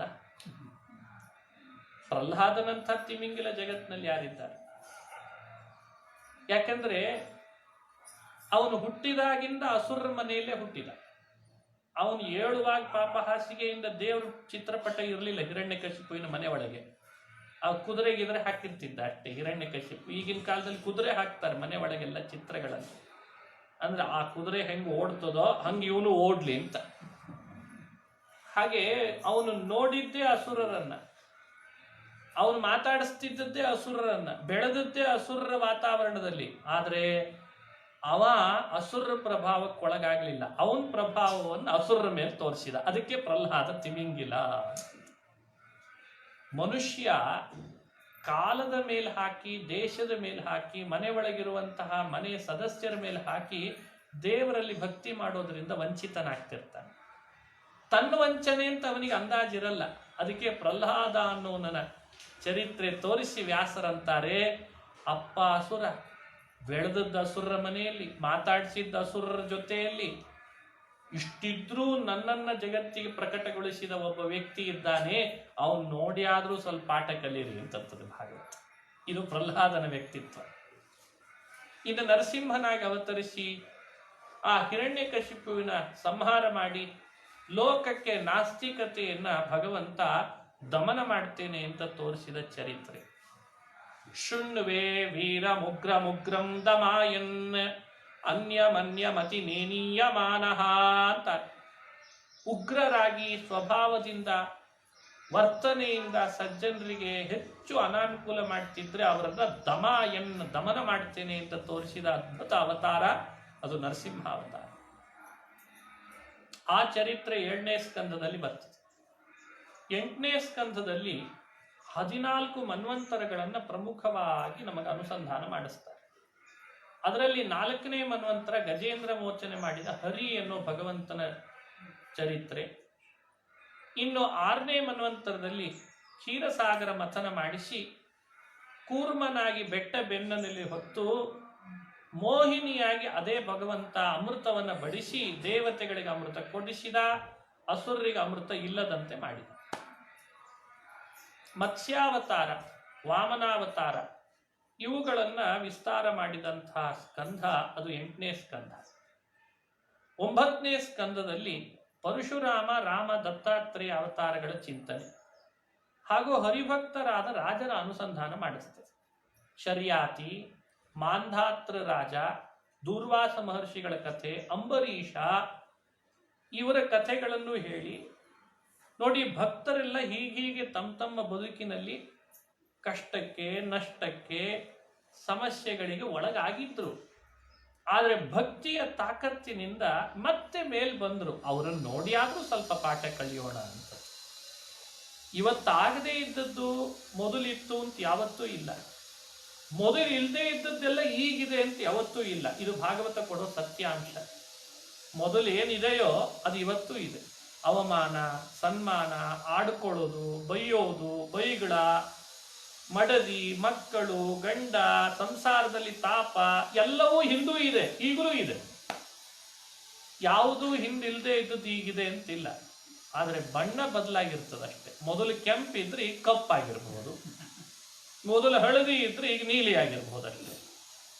ಅಂದಮೇಲೆ ಮೊದಲಿದ್ದದ್ದು ಬ್ಲ್ಯಾಕ್ ಅಂಡ್ ವೈಟು, ಈಗ ಬರ್ತಾ ಇರೋದು ಎಲ್ಲರ ಮನೆ ಒಳಗೆ ಕಲರ್ ಟಿವಿ. ಅಂತೂ ಇಂತೂ ಆಗಿದ್ದದ್ದೇ ಈಗಿರ್ತದೆ. ಎಲ್ಲರೂ ಎಲ್ಲ ಥರದ್ದು ಸಮಸ್ಯೆ ಅನುಭವಿಸಿದವರೇ. ಅಷ್ಟರ ಮಧ್ಯದಲ್ಲಿ ಭಕ್ತಿಯ ಶಕ್ತಿಯನ್ನು ಕಂಡುಕೊಂಡು ಅದರ ಜಾಡನ್ನು ಹಿಡಿದು ದೇವರನ್ನ ಕಂಡ್ರಲ್ಲ, ಅದಕ್ಕೆ ಅವರೆಲ್ಲ ಭಾಗವತದೊಳಗೆ ಮೆನ್ಷನ್ ಮಾಡ್ಲಿಕ್ಕೆ ಕಾರಣ ಆಯ್ತಂತೆ. ಹಾಗಾಗಿ 9ನೇ ಸ್ಕಂಧ ಪ್ರತಿಯೊಬ್ಬ ಮಾನವನಿಗೆ ಥರಥರದ ಭಕ್ತರ ಕಥೆಗಳನ್ನು ಪರಿಚಯಿಸಿ ನಿನಗೆ ಯಾವುದು ರುಚಿಸ್ತದೋ ಅವನನ್ನು ನೀನು ಆದರ್ಶ ಅಂತ ಇಟ್ಕೊಂಡು ಮುಂದುವರಿ, ಸಾಕು, ಸುಮ್ಮನೆ ಕೂಡಬೇಡ. ಅದಕ್ಕೆ ಕಳಕಳಿ ವೇದವ್ಯಾಸರಿಗೆ ಭಗವದ್ಭಕ್ತರ ಕಥಾನಕವನ್ನ ಹೇಳಿ ಭಕ್ತಿಯ ಮಹಿಮೆಯನ್ನ 9ನೇ ಸ್ಕಂದದಲ್ಲಿ ನಮಗೆ ಸ್ಫುಟಪಡಿಸ್ತಾರೆ ವ್ಯಾಸರು. 10ನೇ ಸ್ಕಂದದಲ್ಲಿ ಕೃಷ್ಣನ ಕಥೆ. 7ನೇ ಸ್ಕಂದ ಭಗವದ್ಭಕ್ತ ಪ್ರಹ್ಲಾದನಿಗೆ ಮೀಸಲು ಮಾಡಿದರೆ 10ನೇ ಸ್ಕಂಧವನ್ನ ವ್ಯಾಸರು ಕೃಷ್ಣನಿಗೆ ಅಂತ ಮೀಸಲು ಮಾಡಿದರು. ಎಷ್ಟು ಅದ್ಭುತ! ಕೃಷ್ಣನ ಬಾಲ್ಯಲೆಯಿಂದ ಆರಂಭ ಮಾಡಿ ಪರಂಧಾಮಕ್ಕೆ ಹೋಗೋವರೆಗೂ, ಭೂಭಾರ ಹರಣ ಮಾಡಿ ಪರಂಧಾಮಕ್ಕೆ ಹೋಗೋವರೆಗೂ ವರ್ಣನೆ ಮಾಡ್ತಾರೆ. ಹೇಗೆ ಕೃಷ್ಣ ಭಕ್ತರನ್ನು ರಕ್ಷಿಸಿದ, ಹೇಗೆ ದುಷ್ಟರನ್ನು ಶಿಕ್ಷಿಸಿದ, ಯಾವಾಗ ರಾಜನೀತಿ ತೋರಿಸಿದ, ಸರಳ ಭಕ್ತಿಗೆ ಮೆಚ್ಚಿದ, ಅಜ್ಞರಿಗೆ ಮೆಚ್ಚಿದ, ಜ್ಞಾನಿಗಳಿಗೆ ಮೆಚ್ಚಿದ, ಬಡವರಿಗೆ ಮೆಚ್ಚಿದ, ಸಿರಿವಂತರಿಗೆ ಮೆಚ್ಚಿದ. ಭಗವಂತ ಮೆಚ್ಚದೇ ಇದ್ದ ವ್ಯಕ್ತಿನೇ ಇಲ್ಲಂತೆ. ಮೂಕ ಪಶು ಪಕ್ಷಿ ಪ್ರಾಣಿಗಳಿಗೆ ಮೆಚ್ಚಿದ, ಆಕಳಗಳಿಗೆ ಮೆಚ್ಚಿದ, ವಿಷ ಬಿಡುವ ಹಾವಿಗೆ ಮೆಚ್ಚಿದ ಭಗವಂತ, ವಿಷ ಬಿಡುವ ಹಾವಿಗೆ ಮೆಚ್ಚಿದ. ದೇವಲೋಕದ ದೇವೇಂದ್ರನನ್ನು ಕಣ್ಣು ಕಿಸರು ಮಾಡಿ ನೋಡಿಬಿಟ್ಟ, ಏನ್ ತಿಳಿದಿದಿ ನನ್ನನ್ನ ಅಂತ. ಮುಗ್ಧ ಗೋಪಾಲಕರು, ಗೋಪಿಕಾ ಸ್ತ್ರೀಯರು ಸದಾ ಆಕಳಗಳ ಹಿಂಡಿನ ಮಧ್ಯದಲ್ಲಿ ಸೆಗಣಿ, ಗೊಬ್ಬರ, ಹಾಲು, ಬೆಣ್ಣೆ, ಮೊಸರುಗಳಲ್ಲಿ ತೇಲಾಡ್ತಿದ್ರಂತೆ. ಅಂಥವರಿಗೆ ಕೃಷ್ಣ ಮೆಚ್ಚಿದ ಅಂತ ಹೇಳ್ತಾರೆ. ಇನ್ನೇನ್ ಬೇಕೆ? ಅವನು ಬಹಳ ಎಜುಕೇಟೆಡ್ ಪೀಪಲ್ ಅಂತ ಏನ್ ದೇವರು ನೋಡಿಲ್ಲ ಅಂತದೆ ಭಾಗವತ. ಅವನು ಬಹಳ ಪಟ್ಟಣ ವಾಸವನ್ನ ಅಪೇಕ್ಷಿಸ್ತಿರ್ಲಿಲ್ಲ ಅಂತದೆ ಭಾಗವತ. ಅವ ಹಳ್ಳಿ ಪರಿಸರ ಸಾಕು, ಗಿಡ ಮರಗಳಿದ್ರೆ ಸರಿ, ಆಕಳುಗಳ ಮೇವಿದ್ದ ಜಾಗ ಸಾಕು, ನನ್ನ ಬೆಳವಣಿಗೆ ಅಲ್ಲೇ ಆಗ್ತದೆ. ನಾನು ಬಾರ್ಕೋಲ್ ಹಿಡ್ಕೊಳ್ತೀನಿ, ಸಾಕು ನನಗಿದೆ. ಆಕಳ ಹಿಂಡಿನ ಮಧ್ಯದಲ್ಲಿ ಕೊಳಲು ಊದ್ಕೊಂಡಿರ್ತೇನೆ ಅಂತಂದಂತ. ಆಕಳ ಹಿಂಡಿನ ಮಧ್ಯದಲ್ಲಿ ಕೊಳಲು ಊದ್ಕೊಂಡಿರ್ತೇನೆ, ಸಾಕು. ನನಗೇನು ಸುಶಿಕ್ಷಿತರೇ ರಾಜಕಾರಣಿಗಳೇ ನನ್ನ ಹತ್ರ ಬರಬೇಕು ಅಂತೇನಿಲ್ಲ. ಅವ್ರೇನು ವೇದ ಓದಿದ್ರೆ, ಅಥವಾ ಯಾವ್ದಾದ್ರು ಯೂನಿವರ್ಸಿಟಿಯಲ್ಲಿ ಪದವಿ ತಗೊಂಡಿದ್ರೆ, ಅಥವಾ ಹಣ ಸಂಪಾದನೆಯಲ್ಲಿ ಮೇಲುಗೈ ಸಾಧಿಸಿದ್ರೆ ಏನಿತ್ತು ದನ ಕಾಯೋ ಹುಡುಗರಿಗೆ? ಕೃಷ್ಣ ಅವತ್ತೇ ತೋರಿಸಿದ, ನನಗೆ ಇವರೇ ವಾಸಿ ಅಂತಂದ. ಸಾಕ್ಷರತೆ ಅಭಿಯಾನಕ್ಕಿಂತ ನಿರಕ್ಷರರಾಗಿರೋದೇ ವಾಸಿ ಅಂದ್ಬಿಟ್ನಂತೆ ಭಗವಂತ. ಆ ವಿನಯ, ಆ ಮುಗ್ಧತೆ, ಆ ನಿಷ್ಕಲ್ಮಶ ಹೃದಯ, ಆ ಪ್ರಾಮಾಣಿಕತೆ ನನಗೆ ಅವ್ರು ಸಾಕು ಅಂತ ಪರಮಾತ್ಮ. ಎಷ್ಟು ವೇದ ಓದಿದರೇನ್, ವಾದ ಮಾಡಿದರೇನ್, ಜಗನ್ನಾಥದಾಸರ ಅಂತಾರೆ. ಎಷ್ಟು ವೇದ ಓದ್ತಿ, ಎಷ್ಟು ತರ್ಕ ಮಾಡ್ತಿ, ಎಷ್ಟು ಜನರು ನಾ ಅವ್ರನ್ನ ಸೋಲಿಸಿದೆ, ಇವ್ರನ್ನ ಸೋಲಿಸಿದೆ, ಅವ್ರ ಪ್ರಶ್ನೆಗೆ ನಾವು ಉತ್ತರ ಕೊಟ್ಟೆ, ಇವ್ರ ಬಾಯಿ ಮುಚ್ಚಿಸಿದೆ, ಎಷ್ಟು ಖುಷಿ ಪಡ್ತೀಯೋ. ಕೃಷ್ಣ ಅದಕ್ಕೆ ಅವ್ರೇನು ವಾದ ಮಾಡಿದ್ರೆ, ವೇದ ಓದಿದ್ರೆ, ಪುರಾಣಗಳನ್ನೇನು ಅರಿದು ಕುಡಿದಿದ್ರೆ, ದಿನಾ ದೇವ್ರ ಪೂಜೆ ಅಂತ ಸಾಲಿಗ್ರಾಮಗಳನ್ನು ಇಟ್ಕೊಂಡು ತಲೆ ಬಡ್ಕೋತಿದ್ರೆ ಏನ್ ಮಾಡ್ತಿದ್ರು ಅವರು? ಅವ್ರು ದನ ಕಾಯೋರು. ಸಾಕು ಒಂದು ಆ ಪ್ರಾಮಾಣಿಕದಲ್ಲಿ ನನಗೆ ಬೇಕು ಅಂತಂದಂತ ಭಗವಂತ. ಈ ಕೃಷ್ಣನ ಕಥೆ ಎಂಥವನನ್ನು ರೋಮಾಂಚನ ಮಾಡ್ತದೆ. ಎಲ್ಲಿ ಜಗದೊಡೆಯ 14 ಲೋಕದ ಒಡೆಯ ದೇವೋತ್ತಮನಾದ ಶ್ರೀಹರಿ ದೇವತೆಗಳು ತಮ್ಮ ಕಿರೀಟದ ರತ್ನಗಳನ್ನ ಯಾರ ಪಾದಪೀಠಕ್ಕೆ ಘಟ್ಟಿಸಿ ನೀನು ಸರ್ವೋತ್ತಮ ಅಂತ ಕೊಂಡಾಡ್ತಾರೋ ಅಂಥ ಜಗದೊಡೆಯ ನಾರಾಯಣ ಭೂಮಿಗೆ ಬರುವಾಗ ಒಂದು ಹಳ್ಳಿ ಗುಡ್ಡಗಾಡಿನ ಪ್ರದೇಶದಲ್ಲಿ ಆಕಳ ಹಿಂಡೆ ಹಿಡಿದುಕೊಂಡು ಹಲೆ ಅಂತ ದನ ಕಾಯೋನಾಗಿ ಹುಟ್ಟಿದ್ನಲ್ಲ. ಇದಕ್ಕಿಂತ ಕೃಷ್ಣನ ಮಹಿಮೆ ಇನ್ನೇನು ಬೇಕು? ಇದಕ್ಕಿಂತ ಕಾರುಣ್ಯ ಯಾರಿಗಿದೆ ಜಗತ್ತಿನಲ್ಲಿ ಅಂತಂತ. ಇದು ಕೃಷ್ಣಾವತಾರದ ಅದ್ಭುತವಾದ ರಹಸ್ಯ. ಇದೆಲ್ಲ 10ನೇ ಸ್ಕಂಧಗಳಲ್ಲಿ. 11ನೇ ಸ್ಕಂದ ಬಹಳ ಗಂಭೀರವಾಗಿ ಬಂತು. ಎಲ್ಲಿ ನೋಡಿದ್ರಲ್ಲಿ ತತ್ವಗಳ ರತ್ನ. 11ನೇ ಸ್ಕಂದವೇ ಒಂದು ದೊಡ್ಡ ತತ್ವ ರತ್ನಾಕರ. ಹೇಗೆ ಮಾನವನ ಬದುಕು ಕಟ್ಟಿಕೊಳ್ಳಿಕ್ಕೆ ಮನುಷ್ಯ ಈ ರತ್ನಗಳನ್ನು ಅಳವಡಿಸಿಕೊಂಡ್ರೆ ಚೆನ್ನಾಗಿರ್ತದೆ ಅಂತ ಉದಾಹರಣೆಗಳನ್ನು ಕೊಟ್ಟು ತತ್ವಗರ್ಭಿತವಾಗಿ 11ನೇ ಸ್ಕಂದ ಬಂದಿದೆ. ಭಾಗವತ ತತ್ವ. 12ನೇ ಸ್ಕಂದದಲ್ಲಿ ಬುದ್ಧಾವತಾರ, ಕಲ್ಕಿ ಅವತಾರವನ್ನು ಹೇಳಿ ಪರೀಕ್ಷಿತನಿಗೆ ಇಷ್ಟು ಉಪಸಂಹಾರ ಮಾಡ್ತಾರೆ. ಇದನ್ನೇ ಸೂತ ಪುರಾಣಿಕರು ಶೌನಕರಿಗೆ ನೈಮಿಷಾರಣ್ಯದಲ್ಲಿ ಬೋಧನೆ ಮಾಡಿ ಮುಕ್ತಾಯ ಮಾಡ್ತಾರೆ. ಇದು 12 ಸ್ಕಂದದ ಭಾಗವತದ ಚಿತ್ರಣ. ಹೀಗೆ ಭಾಗವತ ಅನುಸಂಧಾನ ಮಾಡಬೇಕು. ಯಾವತ್ತೂ ಮರಿಬಾರದಿದೆ. ನಾವು ಯಾವತ್ತೂ ಇಂಥ ಭಾಗವತದ ಒಂದೊಂದು ಪ್ರಸಂಗಗಳನ್ನು ನೆನಪಿಟ್ಟುಕೊಂಡಿದ್ದೇವೆ ಅಂದರೆ ಭಗವಂತ ಮುಕ್ತಿಯಲ್ಲಿ ಅಂತೂ ಭಾಗವತದ ಪ್ರಸಂಗ ನೆನಪಿಟ್ಟುಕೊಂಡಿದ್ದಾನಲ್ಲ ಸಾಕು ಅಂತಾನಂತೆ ಶ್ರೀಹರಿ. ಸಾಕು, ಇಷ್ಟು ತಿಳಿದ್ರೆ ಸಾಕು. ಹೀಗೆ ಭಾಗವತದ 12 ಸ್ಕಂಧಗಳ ಸಂಕ್ಷಿಪ್ತವಾದ ಸ್ಥೂಲವಾದ ಪರಿಚಯ. ಇತ್ತೀಚಿನ ವಾರ್ತೆಗಳನ್ನೆಲ್ಲ ನೀವು ಕೇಳಿರ್ತೀರಿ. ಮೊದಲು ವಾರ್ತೆಗಳ ಮುಖ್ಯಾಂಶ, ಆಮೇಲೆ ವಾರ್ತೆಗಳ ವಿವರ. ಓದುತ್ತಿರುವವರು ಅಂತ ಪ್ರಾರಂಭ ಮಾಡಿರ್ತಾರೆ. ಹಾಗೆ ಪ್ರಕೃತದಲ್ಲಿ ಮೊದಲನೇ ದಿನ ಭಾಗವತದ ಮುಖ್ಯಾಂಶಗಳನ್ನು ನಾವು ಅನುಸಂಧಾನ ಮಾಡ್ತಾ ಬಂದಿದ್ದೇವೆ. ನಾಳೆ ದಿವಸ ಮೊದಲನೇ ಸ್ಕಂದದಲ್ಲಿ ಬಂದ ಪರೀಕ್ಷಿತನ ಜನ್ಮ ವೃತ್ತಾಂತ, ಭೀಷ್ಮಸ್ತವರಾಜ, ಅವುಗಳ ಸಾರಾಂಶ ಏನು, ನಾವು ಹೇಗೆ ಅಳವಡಿಸ್ಕೊಂಡ್ರೆ ನಮಗೆ ಚೆನ್ನಾಗಿರ್ತದೆ ಅಂತ ಅನ್ನೋದನ್ನ ಚಿಂತಿಸೋಣ. ಶ್ರೀಕೃಷ್ಣಾರ್ಪಣಮಸ್ತು. ಹರಯೇ ನಮಃ. ಹರಯೇ ನಮಃ. ಯತ್ಕರೋಷಿ ಯದಶ್ನಾಸಿ